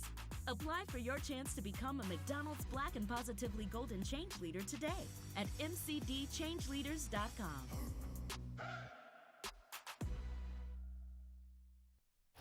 About ready to start the second half of the Shreveport Classic with Grambling in complete control, leading Northwestern State 41-7. Jeff Palermo along with Gary Reasons. Demons got off to a great start, an 11-play, 86-yard drive to start this thing, and then it just all fell apart a couple series later. Yeah, the next series that they had, they took the ball down the field on Grambling, threw an interception in the end zone, and from there, the wheels fell off on the drain there, so to speak, for Northwestern State. And all the big plays that happened in the rest of the first quarter and in the second quarter went the way of the Grambling Tigers. And you see the score at 41-7, guys. That's no mistake. They played exceptionally well. Their quarterback played very well. He threw the ball well, and then they had some explosive runs. And so it was just kind of one of those things. They eclipsed 391 total yards of offense in that first half for Grambling. So it was an explosive evening here to start, and there's a second half to come. Let's see what Miles Fallen and the Demons can do here. Fallen was 9 of 18 for 122 yards, threw a touchdown pass, but he was intercepted twice. As the Demons begin this drive at their own 28-yard line. Pass out to the far side. It's going to be caught by Zach Patterson. Tries to turn it upfield. Picks up about 4 or 5. Zach Patterson, 4 catches now in this football game. Jaheim Walters, 4 catches for 53 yards to lead it for the Demons. Not much of a rushing attack. Fallen leading the way there. 5 carries for 49 yards. Kenneth Lacey has 25 yards. But they've been able to keep Northwestern State's rushing game really in check. Fallen feeling the pressure from behind, steps up. He'll slide and he'll get the first down. Nice job by the defender not to take a hit on him. Yeah, kind of did a flyby there himself. Flew over the quarterback, but good job of Fallen being able to pull that ball down and get that first down for Northwestern State. They're coming out here, a little bit of tempo play. From the 38-yard line after picking up the first down. Tigers rush 4. Fallen throws, got a man, and that is complete over the far side as Patterson gets another catch. And for Patterson, he now has 5 catches to lead the way here for the Demons. Patterson has the touchdown catch too for Northwestern State. 13-yard touchdown grab on Northwestern State's first drive of the night from the 48-yard line. Pressure coming as they pick up the blitz. The pass is incomplete. And again for Northwestern State, trying to get the ball that time to Jaheim Walters. The Demons, Javon Antonio, he has really been shut down in this game. No receptions in this contest. Yeah, we expected him to be a big part in this offense. Really haven't been able to get him as part of that whatsoever here, but things are going to change here. Let's see what happens. Is there a penalty that we didn't see out there, Jeff? Substitution infraction. Defense. More than 11 in formation. 5-yard penalty. Second down.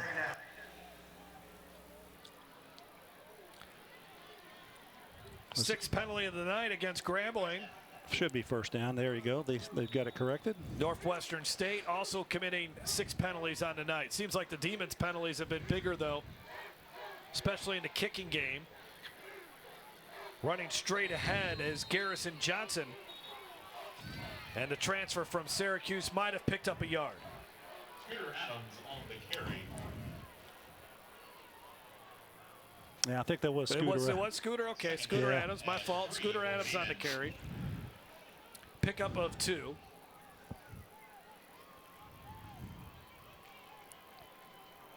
Scooter again.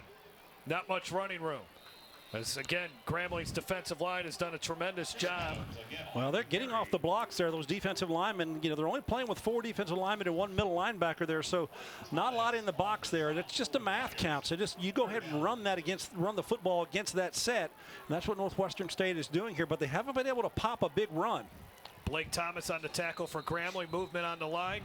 Tigers say it's against the Demons.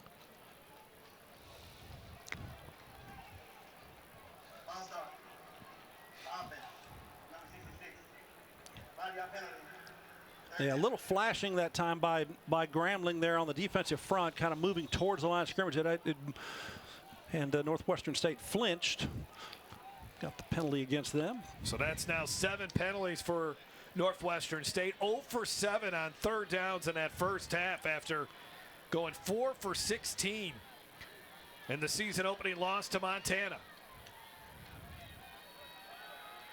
Fallen spins away from 1 defender, and he only gets a couple of yards, so it's 4th down. Gary, you think they go for it? There's no doubt about this. You're down in this ball game. You're going to get this thing across midfield. This is definitely go territory here for Brad Laird in this offense. So they keep the offense on the field. They got to find a spark somewhere. They are 1 for 1 on 4th downs. They bring in different personnel. Yeah, still plenty of time on the play clock here. 15 and counting. Grambling also making some substitutions here late. They bring the blitz. There's a man open, and Scooter makes the catch, and forward progress gives them the first down. Yeah, there's a good quick throw there to the outside. You run it right into the blitz. Scooter Adams gets out of the backfield and right there. Good job of getting connection on that and moving the chains for Northwestern State. There was a Grambling Tiger getting off the field just in time. Otherwise, they'd been penalized for that. Kind of surprised Grambling decided to substitute so late. Scooter trying to get something going here, and he breaks a tackle in the open field across the 20 before he's upended inside the 20-yard line. Yeah, good job that time on the outside by Jaheim Walters, who is number 11 out there. And as Scooter Adams was coming to him, he had a chance to block, but a block in the back, and he stayed off of the defender. That allowed that play to continue, because that would be terrible for Northwestern State to have a penalty on this play. Watch to the left of your screen here. Jaheim Walters in the backside of a player. Could have blocked him there, but he didn't do so. And netted a big gain for Northwestern. Now they swing it out to Adams. He's got a blocker ahead of him. Adams turns the corner, and he's in the end zone. Good start for the Demons. Now that's exactly what Northwestern State needed, to come out of the half, get that football and put it into the end zone here. Get a little momentum on your side and just chip away and see what can happen here in this ball game. Good job by the quarterback of, dishing it out there a couple of times to Scooter Adams, and you see why he was very highly touted a year and a half ago when he first came onto the scene as a running back for Northwestern State. They expect a lot of good things from him this season because he is healthy. He was not healthy last year and was not able to be available to the football team on a regular basis. The extra point is good by Eddie Godina. And just like the start of this football game, Northwestern State takes the opening drive of the half and they score. Let's look back at our halftime stats, and as you mentioned it, Grambling nearly 400 yards of total offense as they ripped off big play after big play. Yeah, Northwestern State, obviously the penalty yards hurts them big time, and the turnovers. You got that right. There's 6 turnovers there. 2 turnovers by Northwestern State. It seems like that with all the big plays that Grambling was able to amass in that first half. But for Northwestern State, it's great coming out, being able to churn things off here in this third quarter in that first initial drive. And I'm sure Brad Laird pretty much laid into his team at halftime, trying to rally the troops. I think there was some paint peeling in that locker room. I would think that was a really difficult 30 minutes of football for Northwestern State. But if you were a Grambling fan, you were loving every moment of it ever since Grambling took the momentum of the football game. So I ask you here, Gary, you got a little spark here. Do you try to maybe catch him off guard, a little onside kick or something? I think it's just go ahead and keep clawing back. Just do what you do normally. I wouldn't try to go out of character and try to win things here with an onside kick. Just kick it deep and let her go. Put your defense out there and stop them. From the goal line, Maurice Washington.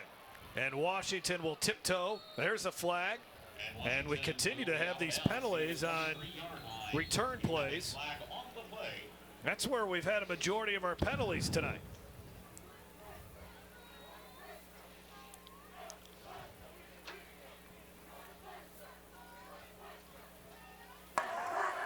During the return, holding, receiving team, number 19, half the distance to the goal, first down. Antonio Jones. Corterius Hawkins leading that offense back on the field. He only threw for 46 yards last week. Well, 292 yards in the first half here tonight. 3 touchdowns, completing 71% of his passes. And he's been elusive in the pocket. Yes, he's run the football. He's done it all. He's done very well tonight here. And a lot of folks were wondering who's going to be the starter. Is it going to be Q again? And Coach Jackson shut that down immediately. Says Q's our quarterback. He's our starter. No problem there. He was just unavailable to us last week. So first down and 10 at the 7-yard line.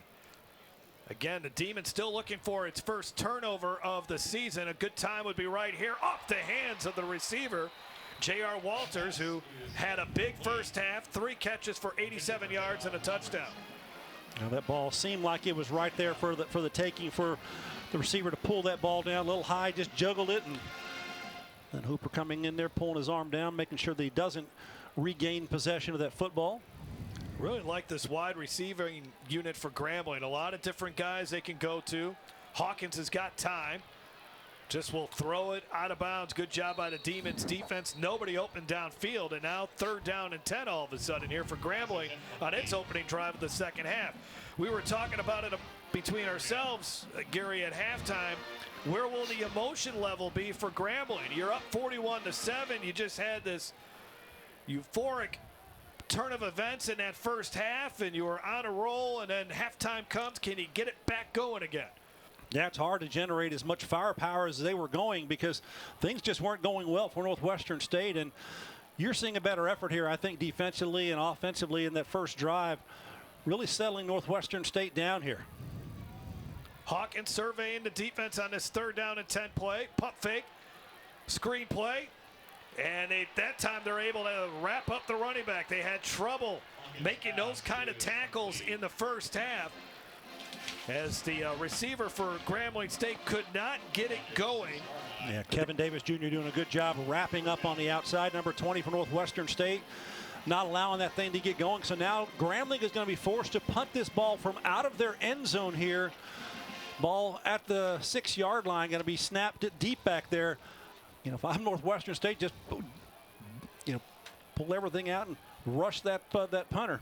Keelan Elder was the man who made that catch. Jimmy Isles gets to punt off, trying to flip the field here. Going to be taken on one long hop, and the returner makes a couple men miss, and he gets all the way up to the 35-yard line. That was a nice return by P.J. Harrington. Good job that time of picking his way around through there and getting a few extra yards on the bounce, and the ball not going very far on the initial punt there. Only about a 35-yard punt there on the effort out of the end zone. And now Northwestern State's going to have good field position to set up their second offensive series here in this third quarter. So as you're saying, at the 35-yard line for the Demons, really their best field position of the night. Northwestern State has more first downs than Grambling tonight, 15-11. But again, Grambling, explosive plays. Explosive plays is exactly right. In fact, it's 11.5 yards per play for Grambling. Good job. Oh, breaking the tackle, though. I was going to say that was a nice job by the Grambling defender to wrap up the receiver, but they still not much happening. They finally got it to Javon Antonio, but nothing happening there. Only got back to the line of scrimmage. And you see his strength, his size and his strength is what got him out of the hands of the defender and broke free for get right back to the line of scrimmage. I think that was Lewis Matthews who first made contact with him, the reigning SWAC Defensive Player of the Week. Fallen, steps up, gets away from the rush, and then before he gets crushed, goes down to the ground after picking up 3 yards. Good job again by the Grambling defense. Matthews was there. Matthews 14 tackles last week to earn that SWAC Defensive Player of the Week. 4.5 tackles for a loss. From Faraday High School, came onto the Grambling campus as a walk-on player. Yeah, yes, Coach Jackson say, were you surprised about that? He says, not at all. He does it every day in practice. 3rd down and 6, and they convert. Pass is complete, as that is Jamel Thomas on the grab. Yeah, good job of timing there from the quarterback to the receiver, getting just past the sticks, throwing that ball on timing, not in under duress, either one of them to make that play. So good job of moving the sticks once again. 1st down and 10 at the 24-yard line as Northwestern State runs tempo here. Off to the left side, hard run. The ball comes out. I think Grambling has it, and they do. Another turnover, the 3rd one of the night for Northwestern State's offense. And once again, just coming at a really bad time as Lacey coughs up the football that time. Yeah, good contact there inside. The ball pops out. A couple defenders are there in on that that ball being dislodged, and Grambling comes down with it with a huge turnover here as Northwestern State was driving consistently once again. Good job by the defensive effort and a turnover to turn Northwestern State away. Almost a mirror image of what we saw in the first half. Northwestern State scoring on its first drive. Grambling going 3 and out on the first drive of the night. And then Northwestern State is driving again, and they turn it over once again once they were getting close to the goal line. There you look at the numbers for Hawkins tonight. About as good as it can get. Yeah, pretty darn good right there. 1st down and 10 at the 20 as Grambling takes over. That's now a -9 on that turnover for Northwestern State as Grambling been able to force the turnovers here tonight. The carry that time by Chalk.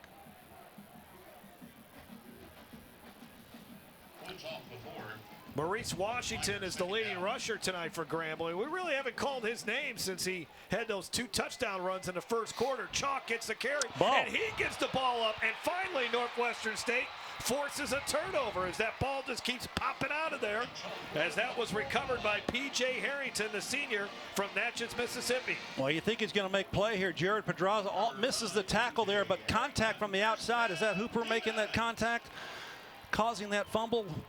No, Hooper's on the outside. It's inside defender there. I didn't get his number there. 22 is going to be that gentleman, Jabari Reddick. Does a good job popping that ball out of there. Northwestern State comes up with a fumble recovery and a turnover.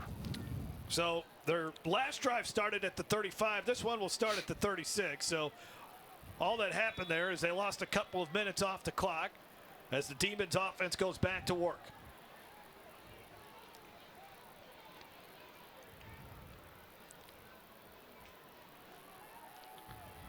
Fallon rifled one over the middle. It was deflected, though.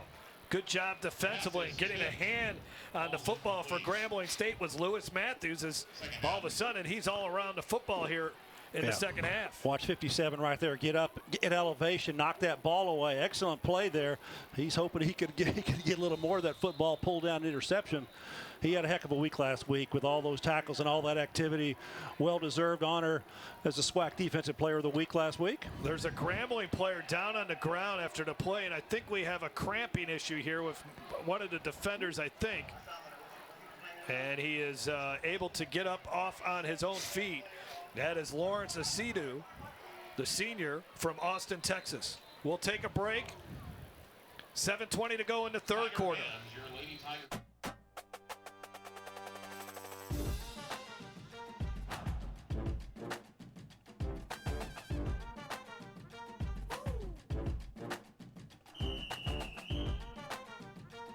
This is a way to make sure that you are staying on top of your health. I used to think kombucha, generic probiotics, was going to get me good gut health. Something that I have started implementing is the Super Gut, and it has this like proprietary resistant starch fiber blend. And bro, it is delicious. Strengthens your gut biome by feeding the good bacteria in your gut. This stuff regulates digestion and improves glycemic levels. Typically, you would not get fiber in the standard American diet. This is almost too good to be a healthy bar. This is too good. When we invest in ourselves, we're investing in what's next for all of us.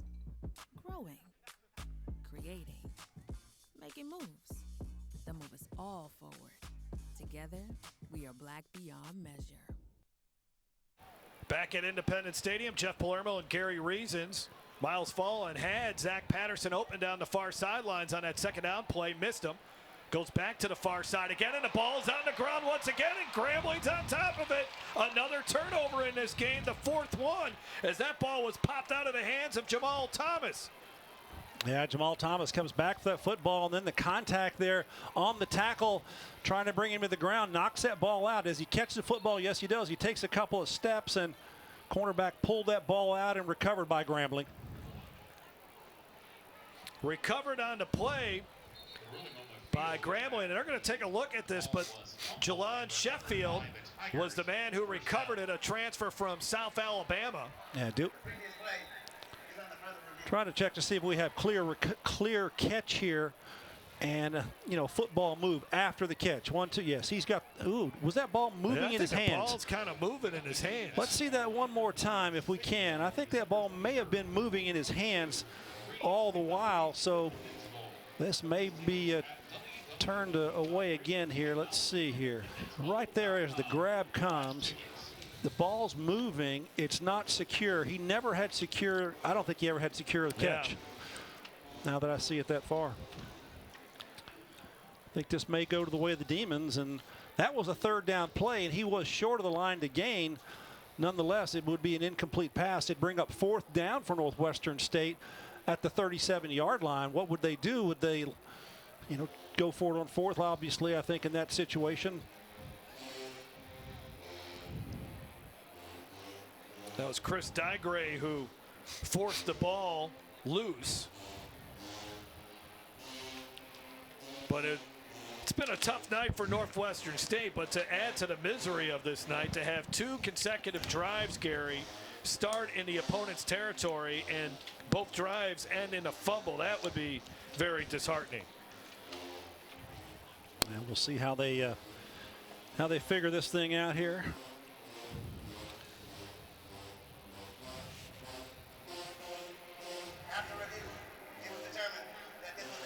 Yeah. Northwestern State's ball, fourth down on the 36-yard line. Gary, you've been very good on the instant replay calls here tonight. I'm only about 150 yards away from everything here, but I still got pretty decent eyes. It's okay.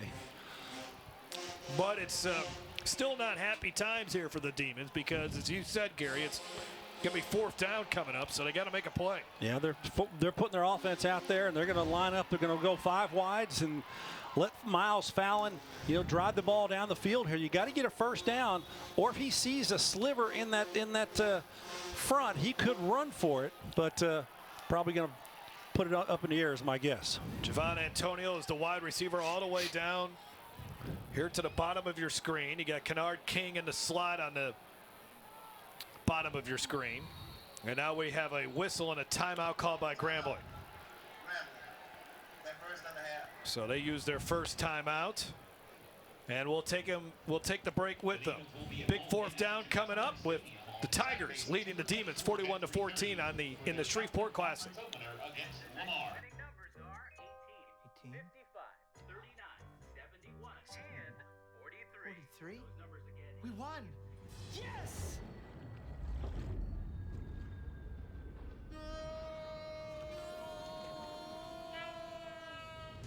The quicker picker-upper. Bounty picks up messes quicker, and each sheet is 2 times more absorbent, so you can use less. I'll hold on to that. Bounty, the quicker picker-upper.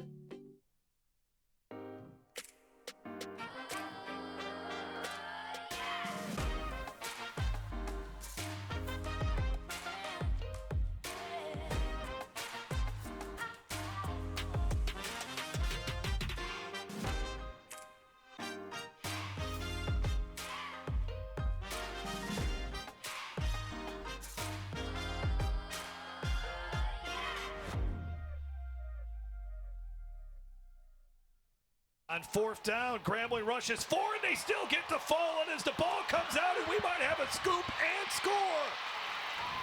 No one is going to catch him.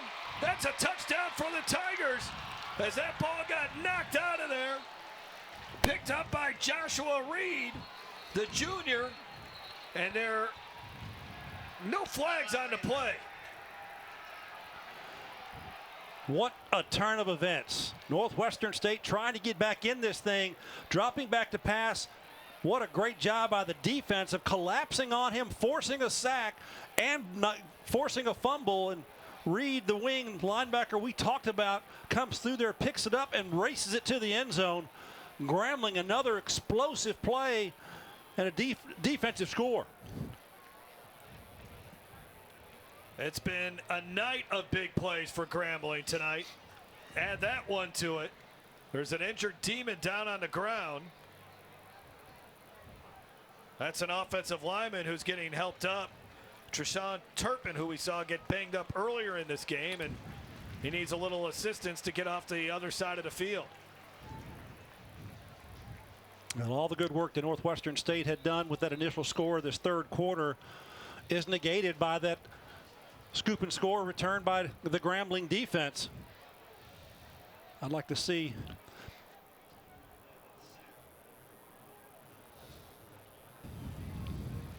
on for the extra point try, Garrett Urban. Demons have blocked a couple of extra points here tonight, but it really hasn't mattered. And they blocked another one. Boy. Well, they found a way to get around that edge, and they've exploited it there on the kick. Well, Hugh, they'll have something to work on at practice. I'm sure Hugh Jackson is not really happy over the fact of seeing 3 kicks blocked, and they got a very dependable kicker in Garrett Urban, but he doesn't have a chance. 47-14 Grambling, though. 6:51 to go in the third quarter. Joshua Reed there. The big return on the fumble recovery for a touchdown. From Boyd Community College, he had a nice game last week, 8 tackles. We welcome our teams from Grambling State University and Northwestern State University for this long-awaited matchup here at Independence Stadium.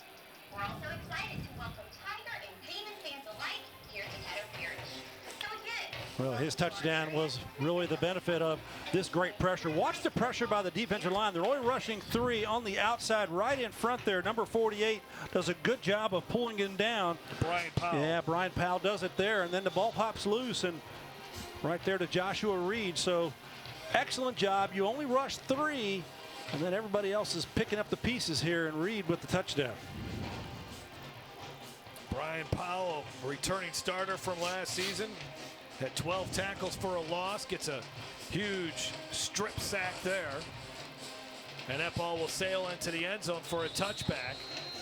And with 6:51 to go in the third quarter, any momentum that Northwestern State was trying to build here in the second half dissipated quickly on that defensive touchdown by Grambling. Now, when Northwestern State looks back at this football game, how things have transpired with long plays against their defense, you know, really even against their offense, there's been turnovers and things that have just gone the way of the Tigers, and they have just capitalized. Explosive play after explosive play. Again, the yards per play in this game, 11.2 for Grambling, 5.2 for Northwestern State. Over 400 yards of offense for Grambling, and they've barely touched the ball at all in this third quarter. This play does not look good at all for the Demons, and it's going to get out of bounds as Grambling is just putting all kinds of pressure on Fallen. I believe that is actually a lateral. That ball should be marked back there. They're calling it an incomplete pass because it may have been tipped. Was it tipped at the line of scrimmage? Or boy, I think we should take another look at that. I'm surprised they wouldn't stop play here just to look at that. That was Javon Carter. That's what they're bringing the ball to where it was thrown back out of bounds. That was a lateral. Javon Carter coming off the edge here. Well, boy, just a missed block. I mean, you can't have that happen. So it turns out to be a loss of 8, so the Demons go to the ground. And Scooter Adams on the receiving end of a big hit. Yeah, really, that was a monster hit there on Adams. He got down quickly, but he was popped. Myron Stewart from Mississippi Gulf Coast Community College. 22 tackles a season ago. Port Gibson, Mississippi native, 3rd and long for the Demons. They're 1 for 10 on 3rd down. Grambling only rushes 3. Fallen. No, incomplete. Great coverage on the far side of the field. There really wasn't anything there. Marquise Britton was all over the intended receiver. And the Demons go 3 and out. Yeah, that was an interesting throw there. That ball not really having a chance to get there, and 3 and out. Northwestern State not able to pull anything together after that return of favor to get the ball back. Back to return, Maurice Washington. Scotty Roblo, the Shreveport native, out to punt.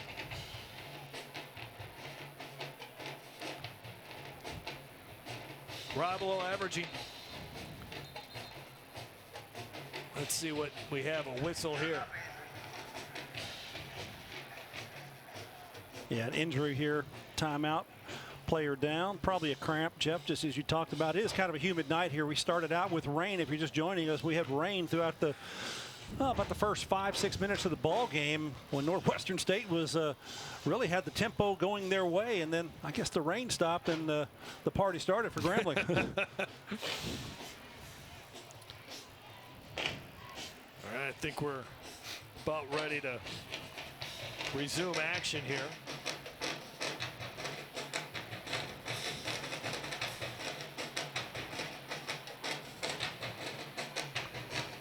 Good punt by Roblo, fair catch at the 37. So after a rocky start to begin this season for Grambling with that loss last week at Arkansas State, here's what's coming up. Again, that's going to be a non-conference game against Jackson State. Then they'll be facing Bethune-Cookman down in Daytona. And then Prairie View will be over in Dallas, Alabama A&M, and then they finally get that first home game. I know that's something that Hugh Jackson's certainly going to change. You can't wait until October 15th to get your first home game. Well, with 40 new faces here and a whole new coaching staff, it's all different. But, you know, the media personnel picked Grambling to finish 4th in their division. Yeah. So, you know, you just kind of take that with a grain of salt. If you look at this team, how they're built, they're exceptionally talented with speed and power all along the outside. And this offense continues to make big plays, and the defense is making excellent plays as well with turnovers and strip sacks and scores. And it's just been an interesting night here just to see how they've been able to put points on the board in different ways. Pedraza got a hand up, deflected that pass from Hawkins to set up 2nd down and 10.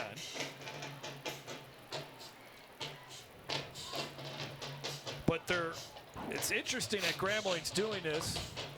Their leading rusher from last season, C.J. Russell, he hasn't even played. Greg White, the leading receiver or the leading returning receiver, he hasn't played. It's really 40 new players for Grambling, as we said, and it's a completely new offense, and it really just clicked there towards the end of the first quarter and all the way through the second quarter. Yeah, and I see here offensively, I'm just thinking that Coach Jackson is liking to put the ball in the running back's hands here. He said they're the most talented position on the team. A lot of players are going to play there, and you're up significantly in this ball game. Don't put the weight of things on your quarterback all the time, but here it is, 3rd and 8. How are they going to convert here?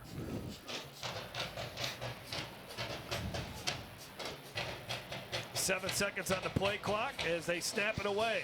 Hawkins trying to run away from the pressure, and the pass is incomplete.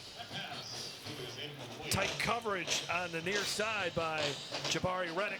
A good job defensively for Northwestern State. Couple of run plays early on. They stopped Grambling in their tracks, didn't get much yardage, and that third down play there was not able to convert. So Northwestern is going to get off the field here, forcing a punt. Northwestern State's got 6 first downs in the second half. The Grambling Tigers do not have any, but yet Grambling still has this huge lead. So, and again, it's really been the turnovers that have hurt. 4 turnovers on the night for Northwestern State. Yeah, they're playing the clock game here already in this third quarter. They're bringing the play clock all the way down. Urban's punt. Check that. Isles punt. Takes one hop. Harrington recovers it at the 15. Gets about 7 or so. Dante Starks, I believe, came in and made that stop for Grambling. Yeah, so I think that if Grambling has the ball again offensively, and when they're out there offensively, when they can control tempo, they're going to look to take that play clock down all the way. They like the lead. They like where they're at. They don't want to run unnecessary plays here in this ball game. They just want to get this thing going till the end. Now, Northwestern State, on the other hand, yeah, if you want to fight and claw and try to find a way to get back in this thing, I don't know how that can happen. They just got to make plays and do it a lot quicker. So I would think they would need to go more tempo here consistently throughout the rest of this ball game. Empty backfield. Fallen the only one back there with the 5 wide receivers. Miles needs some time to throw. Grambling just been putting some, drop past that time. Kennard King could not hang on to it. Well, a little scissor screen there. You know, wide receiver coming inside, everybody else blocking out and going to the inside. He just lets that ball go through his hands.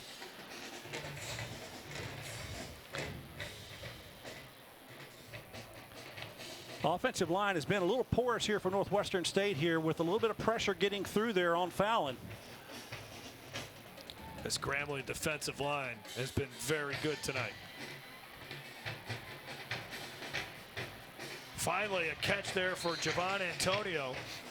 Maybe 5, 6, 7 yards. I mean, when we talked to Brad Laird, he had 6 catches last week against Montana, and Coach Laird said he needs even more targets than that. They got to keep throwing him the ball, but he's had a hard time getting involved in this game. Again, all the credit goes to Grambling's defense. They've shut him out. That's only his 2nd catch of the night. Yeah, they played a lot of cover 2 here, and they played a lot of cover 2-man. Two man and cover 2, which is zone, are a couple of different things here, a couple different looks here that Grambling has put out there against Miles Fallon, and they've done a pretty good job bottling most of these receivers up.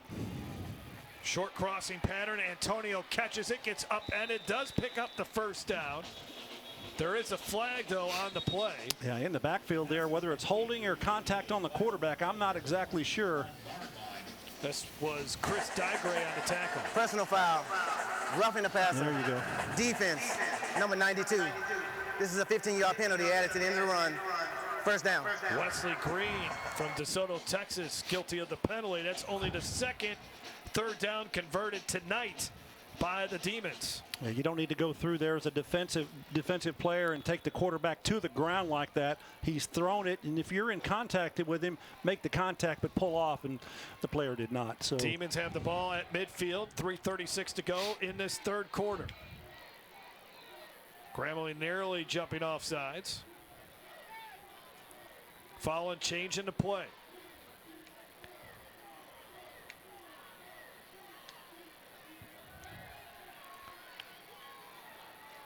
Another catch on the crossing pattern by King. That should be good enough for a first down.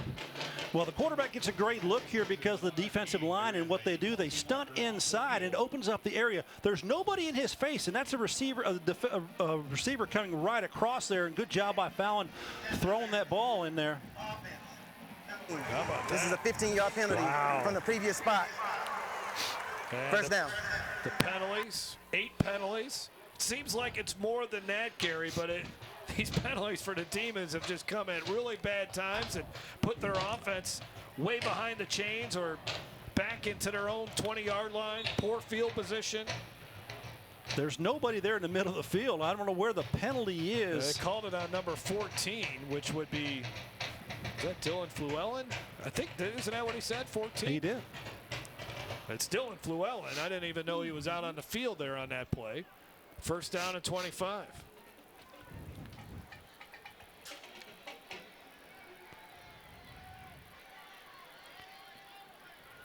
Nothing happening there. Good defense by Chris Digray. Get a few yards back. Actually called him out of bounds on the reception. Yeah. Knocked him out, forced him out. Jaheim Walters could not get a foot in bounds. Pass is complete. Second down.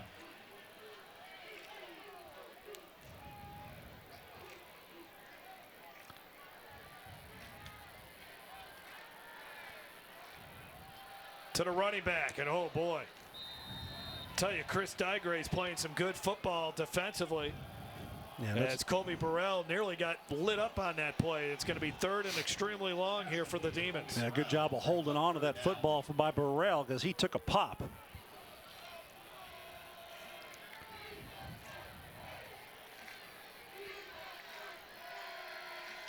Need to get all the way to the Grambling 41. What play would you call here, Jeff? Third and forever. Just 4 guys go down the field. Fly patterns. Cornerbacks for Grambling back off, especially here on the near side. So the rushing 3 here. Got to give him some time. Step up in the pocket, chunk it down there. He's got nowhere to run. Grambling all over it, smothering that play out. No chance at all. Well, the offensive line has to perform better than that. Only rushing 3 and Fallon needing time to get the ball down the field, allowing his receivers to get down the field, and that's just not happening. And that pass rush by Grambling is doing a good job of squeezing that pocket and forcing him to step up there, and brings up a 4th down here. Kellen Burrell, or Burrow, I should say. Kellen Burrell, the transfer from Arkansas on the tackle. Another punt opportunity by Scotty Roblo. Might have had a hand on that. It was close. Oh, and a fumble. Bad decision there for the return man to try to pick that ball up, and it's still on the ground. Grambling picked it up. Northwestern State tried to pick it up and run with it instead of just covering the ball. They could have gotten a recovery here on a muff punt. But it goes back to Grambling after Northwestern State unable to secure it initially. Oh, somehow Maurice Washington able to get his hands back on that football as we watch it again. Trying the timing there, and there's Jared Pedraza right there on the tackle, pulling him away from it. Number 11 should have just fallen on that football to grab it, but he doesn't do it, and Grambling picks it up there. Yeah, that was Jacob Washington, who had a chance to recover it for the Demons and give him good field position. 56 seconds to go in this third quarter. Again, Grambling does not have a first down in this third quarter, but it hasn't really mattered. They've had a defensive score in this game.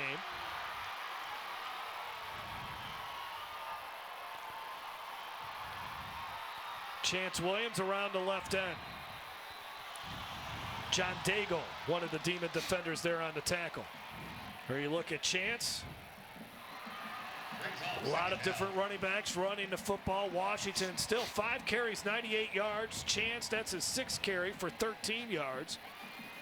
Chalk, he's got 10 yards rushing and 6 carries, but we have not seen him since he fumbled the ball earlier this quarter. Yeah, this play clock is going to be run down here.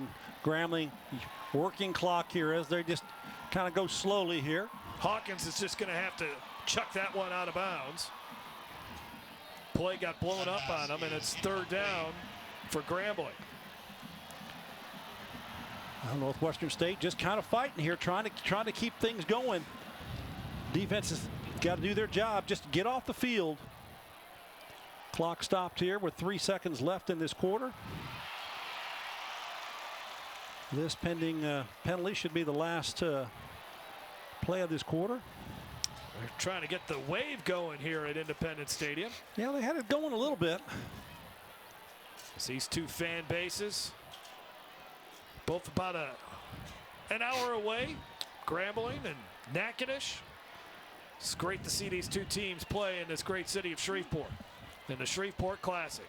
Chance Williams trying to run over the defender, unable to do that. Jacob Washington makes the tackle, and that's the final play of the third quarter. Still all Tigers in this one, as Grambling ready to get its first win in the Hugh Jackson era. We'll be back after this.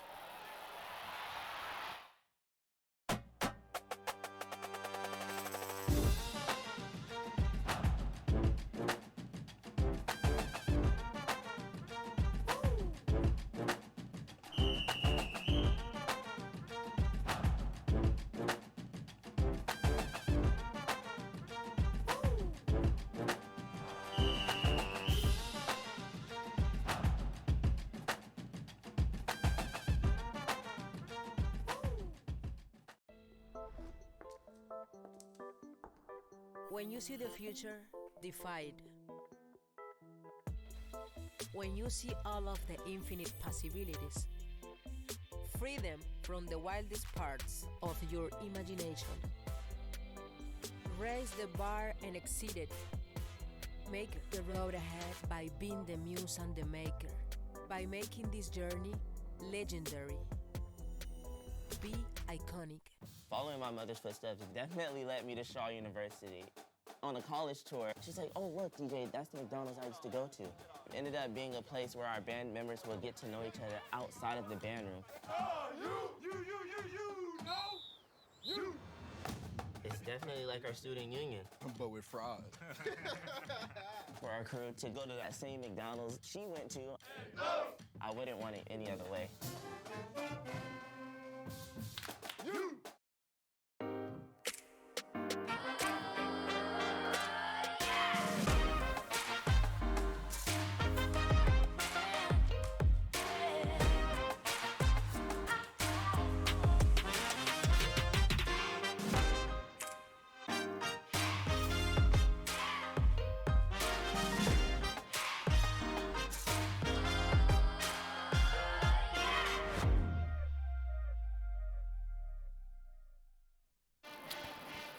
Back for the start of the fourth quarter from Independence Stadium. Jeff Palermo and Gary Reasons. Glad he could join us from Shreveport, Louisiana. The Independence Stadium, the Shreveport Classic. And it's been a great night for the Grambling Nation as the Tigers about ready to get win number 1 on the season. Meanwhile, for Northwestern State, they're on the receiving end of another blowout loss here. Going to be handled by Harrington at the 40 into Grambling territory as he runs straight ahead up to the 44-yard line. And again, the Demons will have another possession that will start in Grambling territory. Here's what it looks like for Northwestern State coming up. Yeah, another on-the-road event, finishing up last week in Montana, here in Shreveport, and then going to Southern Miss, and before they start conference play on the 24th. Northwestern has to kind of find itself, I think, Jeff, throughout these upcoming weeks here. No really time off. Quick start to the conference schedule, as you see there. Back-to-back. Nichols also in the mix. Boy, finishing up at the end of the season against two of the best teams in the Southland Conference, Southeastern Louisiana and UIW. Yeah, both those two teams for good reason, and they're picked 1-2 in the conference this year to finish. So we'll see how things unfold for them throughout this whole season. But Northwestern State, they've got to find a way to, get things going the right way on a consistent basis. They've shot themselves in the foot with penalties and turnovers, and Grambling has just exploded here tonight. And they just continue to keep relentless pressure on Fallen. Yeah, and it's only 3 rushers at a time or 4 rushers at a time. They're not really bringing extra pressure. It's really a deficiency, I think, right now with the offensive line not able to, just hold out and hold up, give Miles Fallen enough time here to do so. And they're going to have penalty here on Grambling, I think, for players on the field. Substitution. Xavier Kusar, by the way, was in on that last sack. Well, they didn't throw the flag on the field, but I'm sure they could have.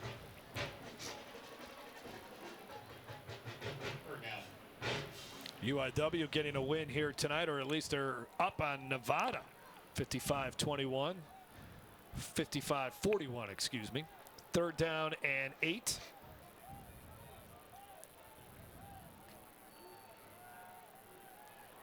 Fallen got a run out of the pocket again.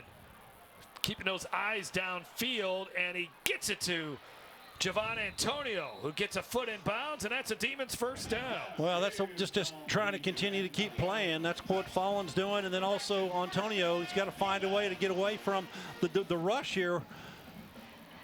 Fallen's having to do, in my estimation, a little bit too much here, trying to throw the football surely, but he's having to do way too much. This offensive line has got to help him out a lot more than this. First down and 10 at the 27. Fallen zips one. There's a good completion inside the 5. Trying to stay on his feet was Kennard King as he got it all the way to the 1-yard line. Well, he's caught that ball, and he was bringing him to the ground, and he landed on the Grambling player, and he continued to stretch his body. He got it down to the 1-yard line. They want to go up-tempo here, kind of catch this Grambling team sleeping just a little bit.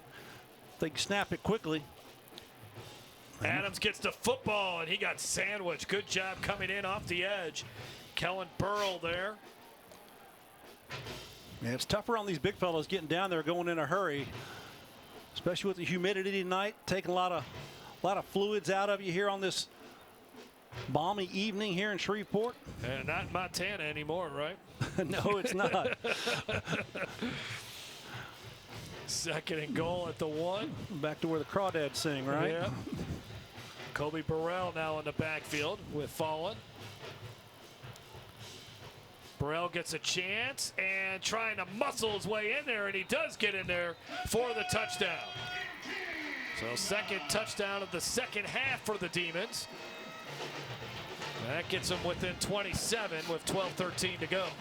You know, if I think that what Brad Laird likely told his team at halftime is just, let's forget about the first half, guys. Let's just go out here and win this second half. Show this team that we have a little bit of fortitude in us, and they're doing okay right here. They just had the turnover initially in this ball game, in this early in this third quarter that kind of gave things away back towards Grambling. But a couple of scores here in this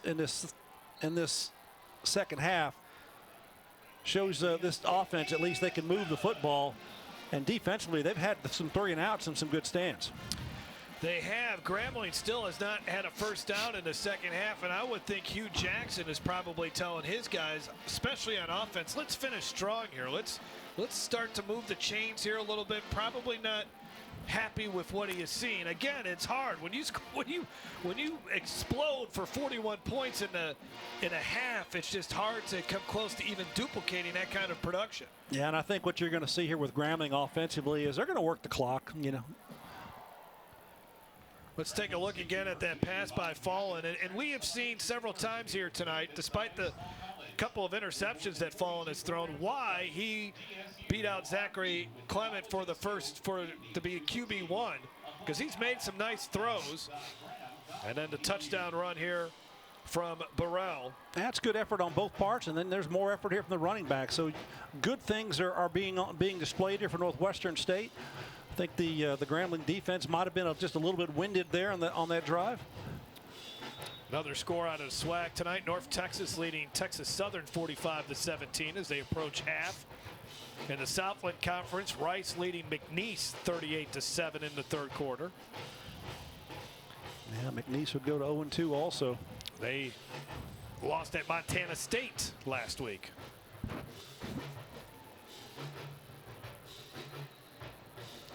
And that kick, fair catch must have been called. Or do we have a penalty all the way back? There is a penalty flag here on the near field, near side of the field. It would not be a Northwestern State special teams play without a penalty. That's Brad Laird told us they watched every single penalty. They rewatched every single penalty. There is no flag on the play. We'll have to re-kick. Well, they're not going to have to rewatch that one because there was no penalty. But they had 10 penalties last week, and he said they rewatched every single one of them.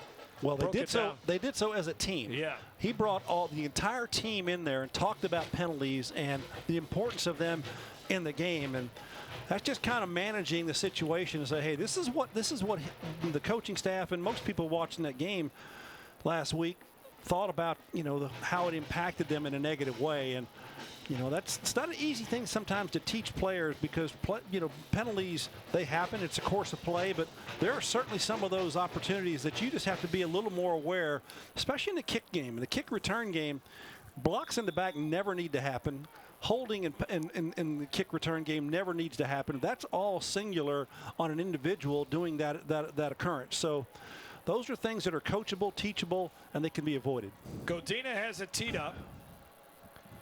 Demons have not had a winning season since 2008. And there was hope that with a strong finish that they had last year, wins over McNeese and Houston Baptist, and there were some more penalties there.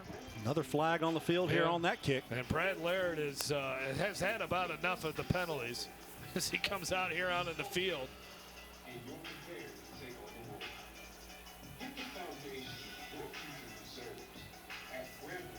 Yeah, they chop blocking this. They can't block below. You can't block below the waist in college or the NFL any longer. They've taken that rule into effect here across football, because blocking below the waist and in that capacity in these explosive plays. Unsportsmanlike conduct. Kicking team, number 0. This is a 15-yard penalty from the end of the kick. This is number 0's first unsportsmanlike of the game. That's Jamar Valson for the Demons. Didn't see the activity that Jamar Valson got penalized for, but nonetheless, it sets up Grambling with much better field position. 9 penalties for the Demons for 78 yards. 8 penalties for Grambling. Grambling had 15 penalties for 132 yards last week in the loss to Arkansas State. Coach Hugh Jackson knew his team could play much better than what they displayed in Jonesboro, Arkansas, and they certainly have showed it off here tonight. Hawkins has done a nice job not turning the ball over. Pass to J.R. Waters, who gets maybe 3 or 4.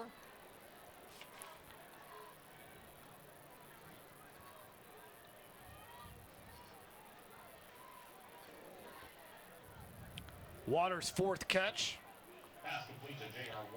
You look at these averages on receptions tonight. Lyndon Rash averaging 46 yards a catch. Waters 29 before that one. Wow. Chance Williams averaging 28 yards a catch. Big pop there inside. Defense still coming to play and hit there. Short gain on the play brings up 3rd and 3 here for Grambling. Grambling 3 of 9 on 3rd downs, and again, still looking for that first down of the second half. Timeout? Was that what he said? Oh, there's a Grambling player that I think needs to get off the field, maybe. Yeah, injury situation here. And they get a fresh play clock here. They're going to wind the clock. And the game clock rolling towards the 11-minute mark. Demons bring the blitz. Hawkins pass incomplete.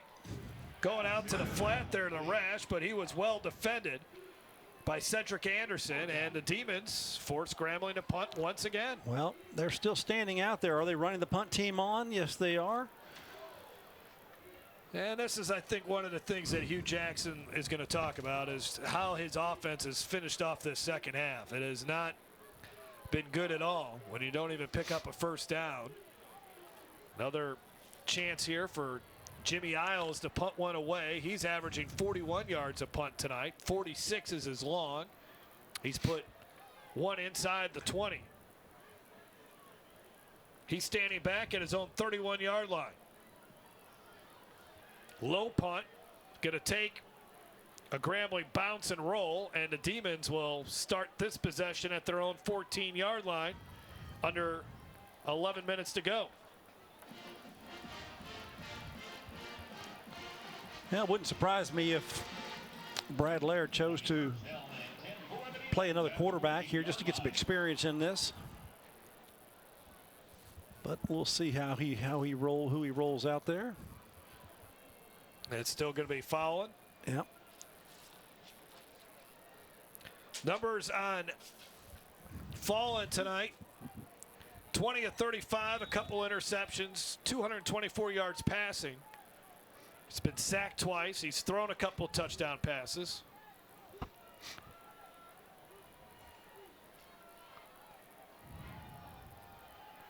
And he's been running a lot out of the pocket. Pass is complete. Turning upfield is Walters. Yeah, with the first down, moves the chains again.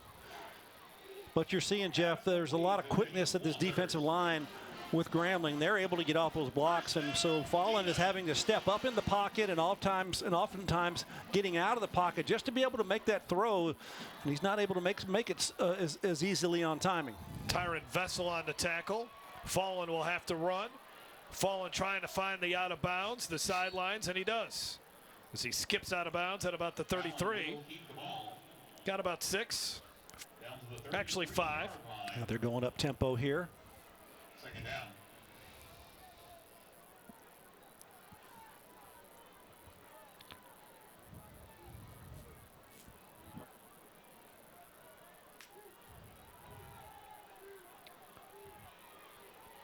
There's that inside screen again. Yeah, Patterson made the first defender miss. That's allowing him to get the first down before a couple of Tigers bring him down at the 40-yard line.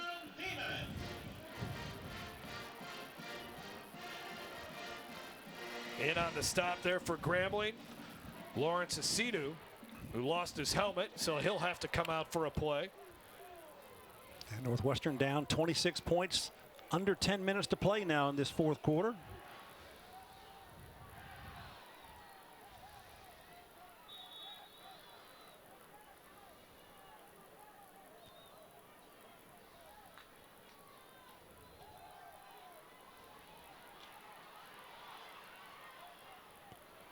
Gets the ball to Antonio.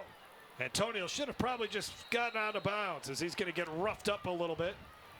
Finally putting him away is Myron Stewart. And his helmet comes off, so he's going to have to sit out of play. They'll bring in another receiver for him. Well, Antonio now up to 5 catches on the night. Still not enough in Brad Laird's book.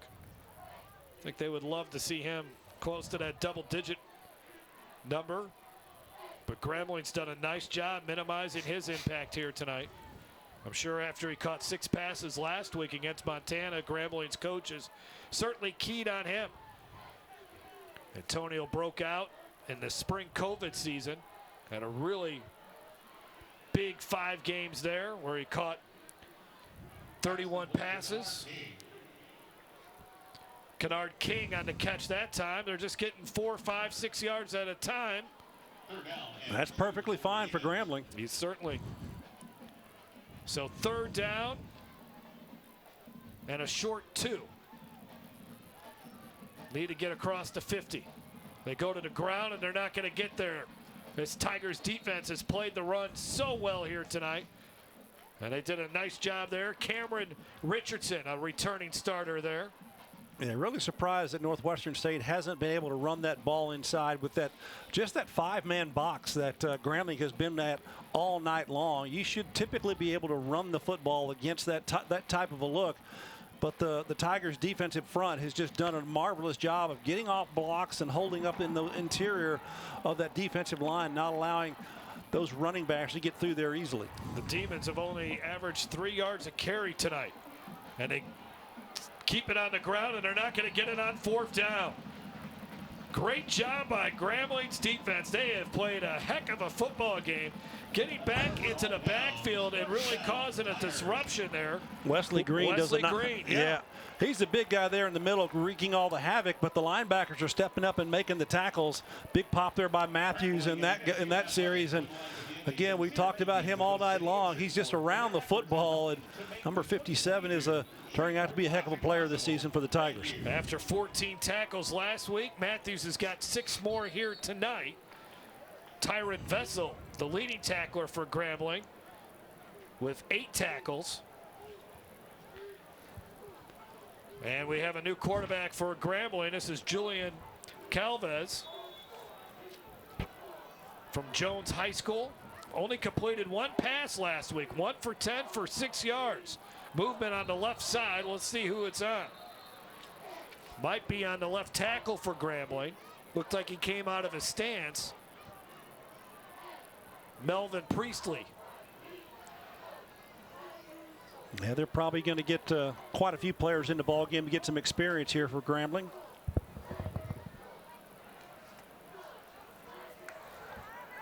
False start. Offense, number 71. This is a 5-yard penalty. First down. Not too many self-inflicted wounds for Grambling in this ball game. I mean, they got 9 penalties, but it doesn't seem like it's really hurt them that bad. Hasn't hurt every from time Northwestern State has one, you're left shaking your head saying, boy, they didn't need that at that moment. Low snap. Calvez gets hit as he throws it to nowhere. No, we were talking to Coach Jackson. We were talking about execution. And we were kind of joking about it. He goes, unfortunately, sometimes we go through a self-execution. And that's not the case here for Grambling tonight. That's definitely the case for Northwestern State. With penalties and situational things, it's just been a long, long evening if you're a Northwestern State fan. Second down and 15. No, that's okay. Running and spinning away is Chalk. Only got a couple of yards. Chased down defensively by Johnny Mitchell for the Demons, and he lost his helmet. Check that wasn't Johnny Mitchell, that was Jabraylin Yarber. Jabraylin Yarber on the tackle. And it's 3rd down and 12. 3rd down.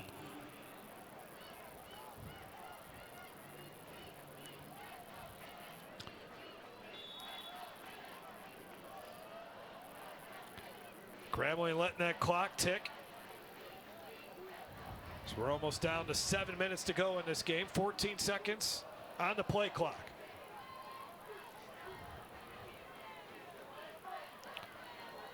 Pass is complete to Chalk.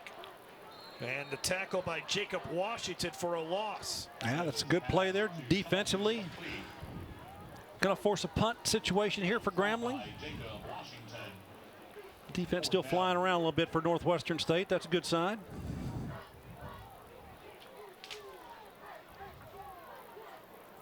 Jimmy Isles will punt it away again. This is his 7th punt of the night. Averaging 41 yards a punt. He now has 2 inside the 20. He's got his name Jimmy on the back of his jersey instead of Isles, doesn't it? P.J. Harrington inside his own 15, ready to receive. Another short end-over-end punt this time.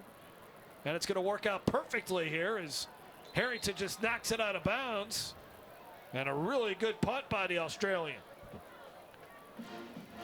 Down at the 8.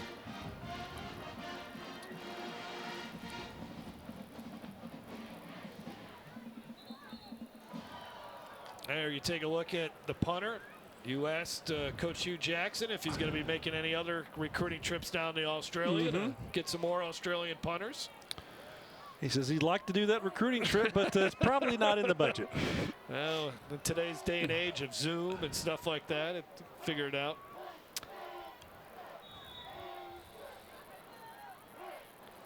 Fallen has gone the distance here for the Demons, the starting quarterback for Northwestern. Been an up and down night. Caught coming across. That's Hogan Wasson. Second catch of the season.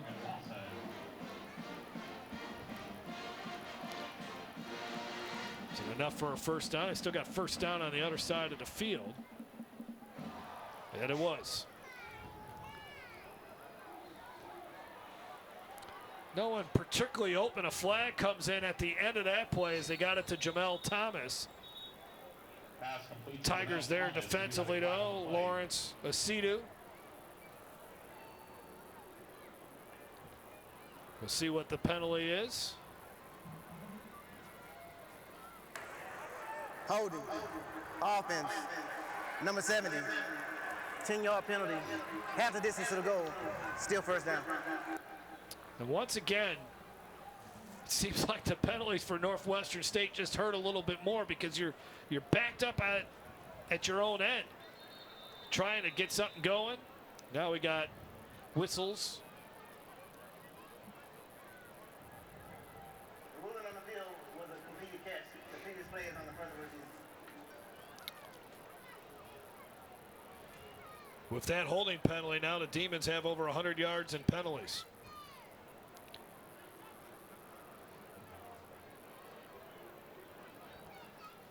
So I guess the question here, Gary, is if it was. It might have been a bobbled catch or something. If it was incomplete, maybe you declined the penalty. I'm not sure. I mean, if I don't know. So they'll take a look at it.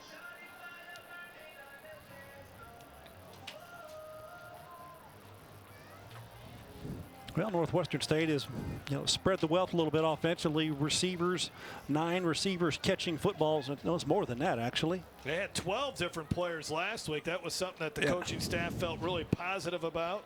Yeah, we're in the 9 category here, and that's what I see on this little stat chart. Grambling State, they moved it around as well, also going to 8 different receivers.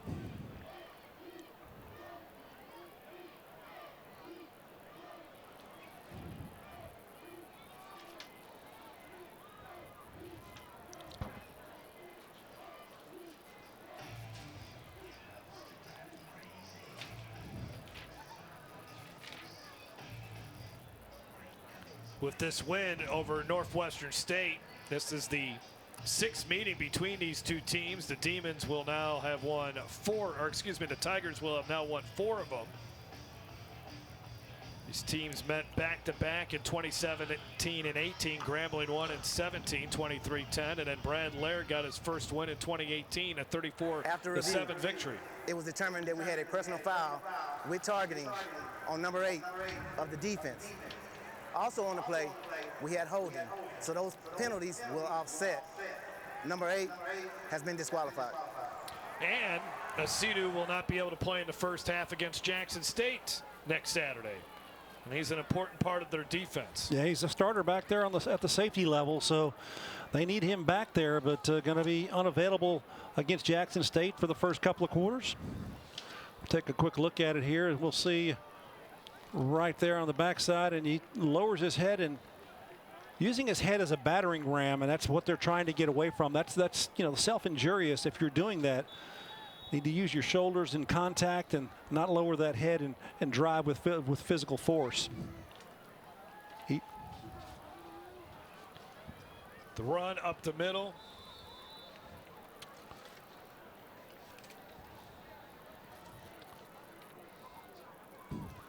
Second down and about 5. 47 points here for Grambling, by the way, the most they've scored since they put up 55 against Texas Southern in 2019. Run off the left side, nothing happening there. Of course, did not play in 2020. 2021, that spring season did not go well for Grambling. They didn't win a game. Went 0-5. And then last year for the Tigers, only 4 wins, but they did win the Bayou Classic.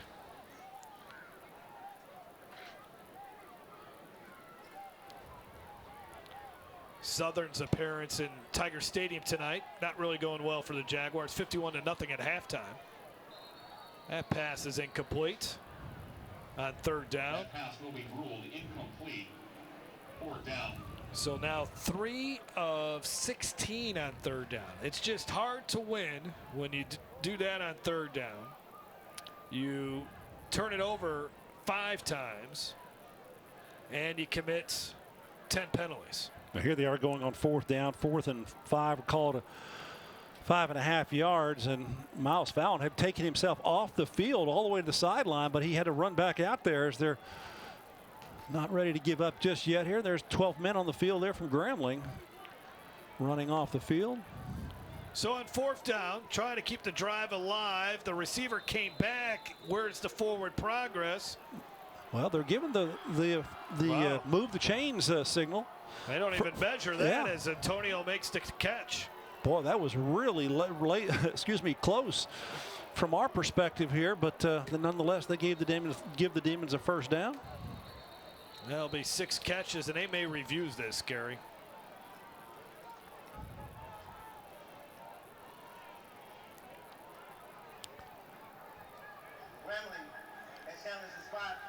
A first down. I think it's worth a shot here to take a look at it. Yeah, I don't think he made it over the line. I think he's. Yeah, he's certainly not at the 28. feels like he caught that pass just over the 27-yard line. So the officials will confer with the video replay judge. Yeah, they're going to have to reset those chains to look at those where that would be.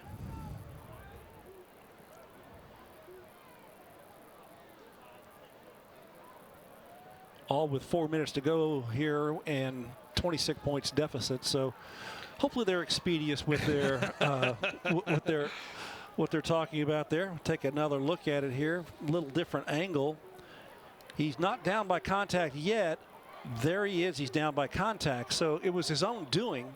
There was nothing bringing him back. So that is, I don't know how that could be a first down. No, I don't think it's a first down. And he maybe be looking at whether or not he even caught the ball, and really wasn't considering that part of it.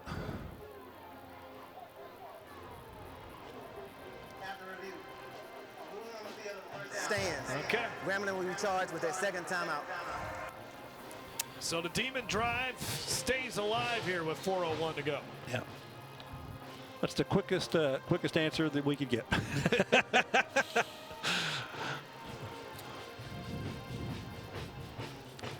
Well, monumental night here for Hugh Jackson.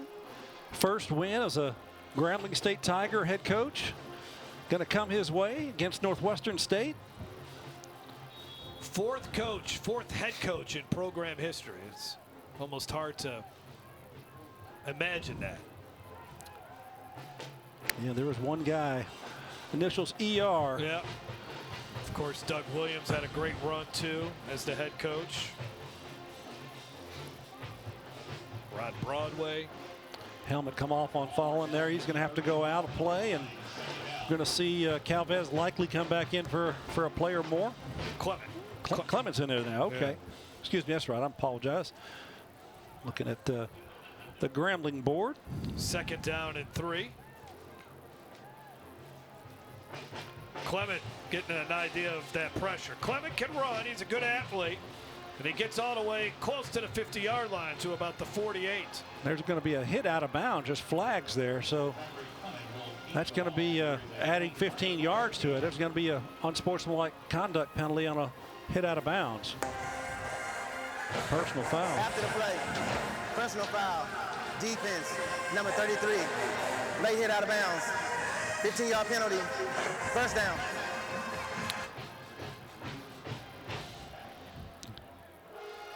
Well, pocket breaks down, and he just runs for it here. And he's got good legs, as you said, so he's a good athlete. And the contact here is really actually late out of bounds, and hit him on the other side of the paint.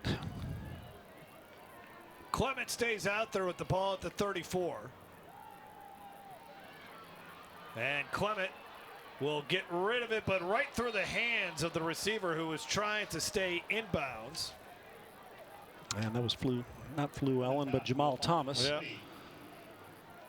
Unable to make that grab. I should say Hughes, the 14th head coach. If I said 4th, I meant 14th in Grambling history. But of course, Eddie Robinson, Doug Williams, Rod Broadway is replacing Broderick Fobbs. Second down and 10. And Grambling doing a good job against the run all night long. Just not much happening on the ground. Every time the Demons think they might have an advantage there, it's just they haven't been able to bust one at all. As Johnson had to carry that time. Demons only rushed for 36 yards last week, and here tonight they've only rushed for, doesn't seem like a ton. I mean, they got 140 yards, but again, they're only averaging about 3.5 yards a carry. Injury. Well, these two programs, both a couple of programs that have rich history and background, a lot of players, and particularly in the Louisiana Sports Hall of Fame. Northwestern State has 16 Louisiana Sports Hall of Famers, and Grambling kind of ups them a little bit there with 24 Hall of Famers.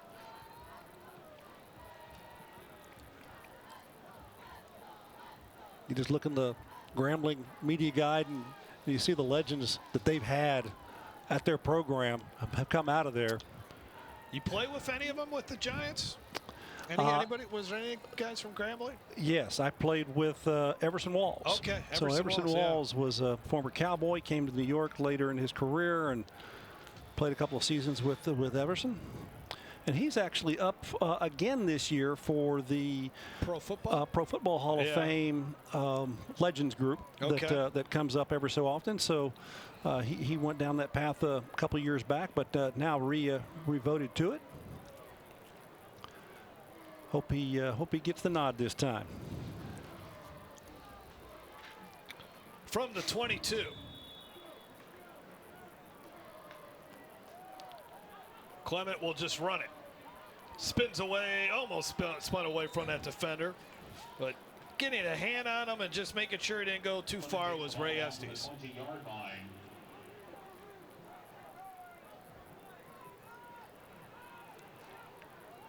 So 2nd down and 8. Under 2 minutes to go in this one.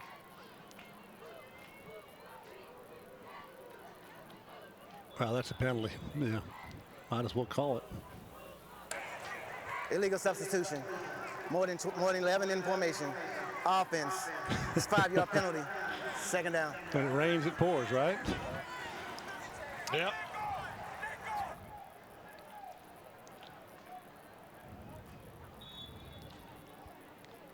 Be a long bus ride back to Natchitoches for Northwestern State. Got to do a little soul searching, I think, after this one, Gary. Meanwhile, for Grambling, it'll be a fun ride back over to Lincoln Parish. Yeah, both programs. There's a little run inside. Both programs, you know, they look at the Shreveport market as a big market for each of their programs. And Northwestern State just 60, 70 miles south of on I-49. South of Shreveport, and then Grambling out I-20, go a little east towards Ruston. Ruston, you know, and the Grambling are close together. Louisiana Tech out there as well. 3rd down and 10. Clement got away from one rusher. And the pass too low there for the intended receiver, Jamel Thomas. Skip that one. Ball did not come out of his arm well enough. Brings on 4th down. 4th down. Do you kick a field goal? No, I wouldn't do that. He's going to try to make a play for it here.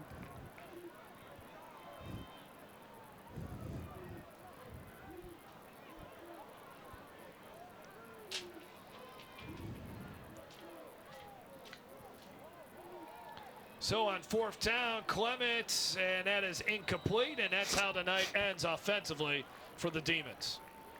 And I think we're going to see some kneel downs here for Grambling to end this contest. And what a contest it's been. Early on, very start of this ball game, it was raining, as we talked about, to start the ball game in the first quarter, and everything was going the way of the Demons in the first couple of series. And we thought it was going to be a quick 14 points on the board for Northwestern State after their first touchdown, and then Miles Fallon throws an interception in the end zone to negate the Northwestern State drive altogether, and then the floodgates just opened up with huge play after huge play for Grambling State early in that or throughout that the first quarter and into the second. And by halftime, this ball game was securely over for Grambling. Big interception by Donald Lee. And then also Vessel had an interception here tonight for Grambling. How about this stat as the final seconds are coming off the clock? Northwestern State 27 first downs, Grambling 11, but Grambling wins 47-21. It's just huge plays. We talked about them, Jeff. There's been a lot of big plays in this ball game that resulted in touchdowns rather than first downs, and that's amazing. And final play of this one is win number 1 as a head coach of the Grambling State Tigers. Hugh Jackson and his team come to Shreveport and explode for 41 points in the first half. And they defeat Northwestern State 47-21. Final thoughts on this one, Gary? Well, a couple of programs, trying to get going. Grambling found their footing tonight. Northwestern State definitely did not. Very inconsistent for Brad Laird and with that group. But congratulations to Hugh Jackson and the Grambling State Tigers. They had a tremendous evening, made some huge plays both offensively, defensively, and a lot of superlative efforts there. And so he's going to have a lot of good things to look at on the tape. For Gary Reasons, I'm Jeff Palermo. Thanks for watching on HBCU League Pass Plus.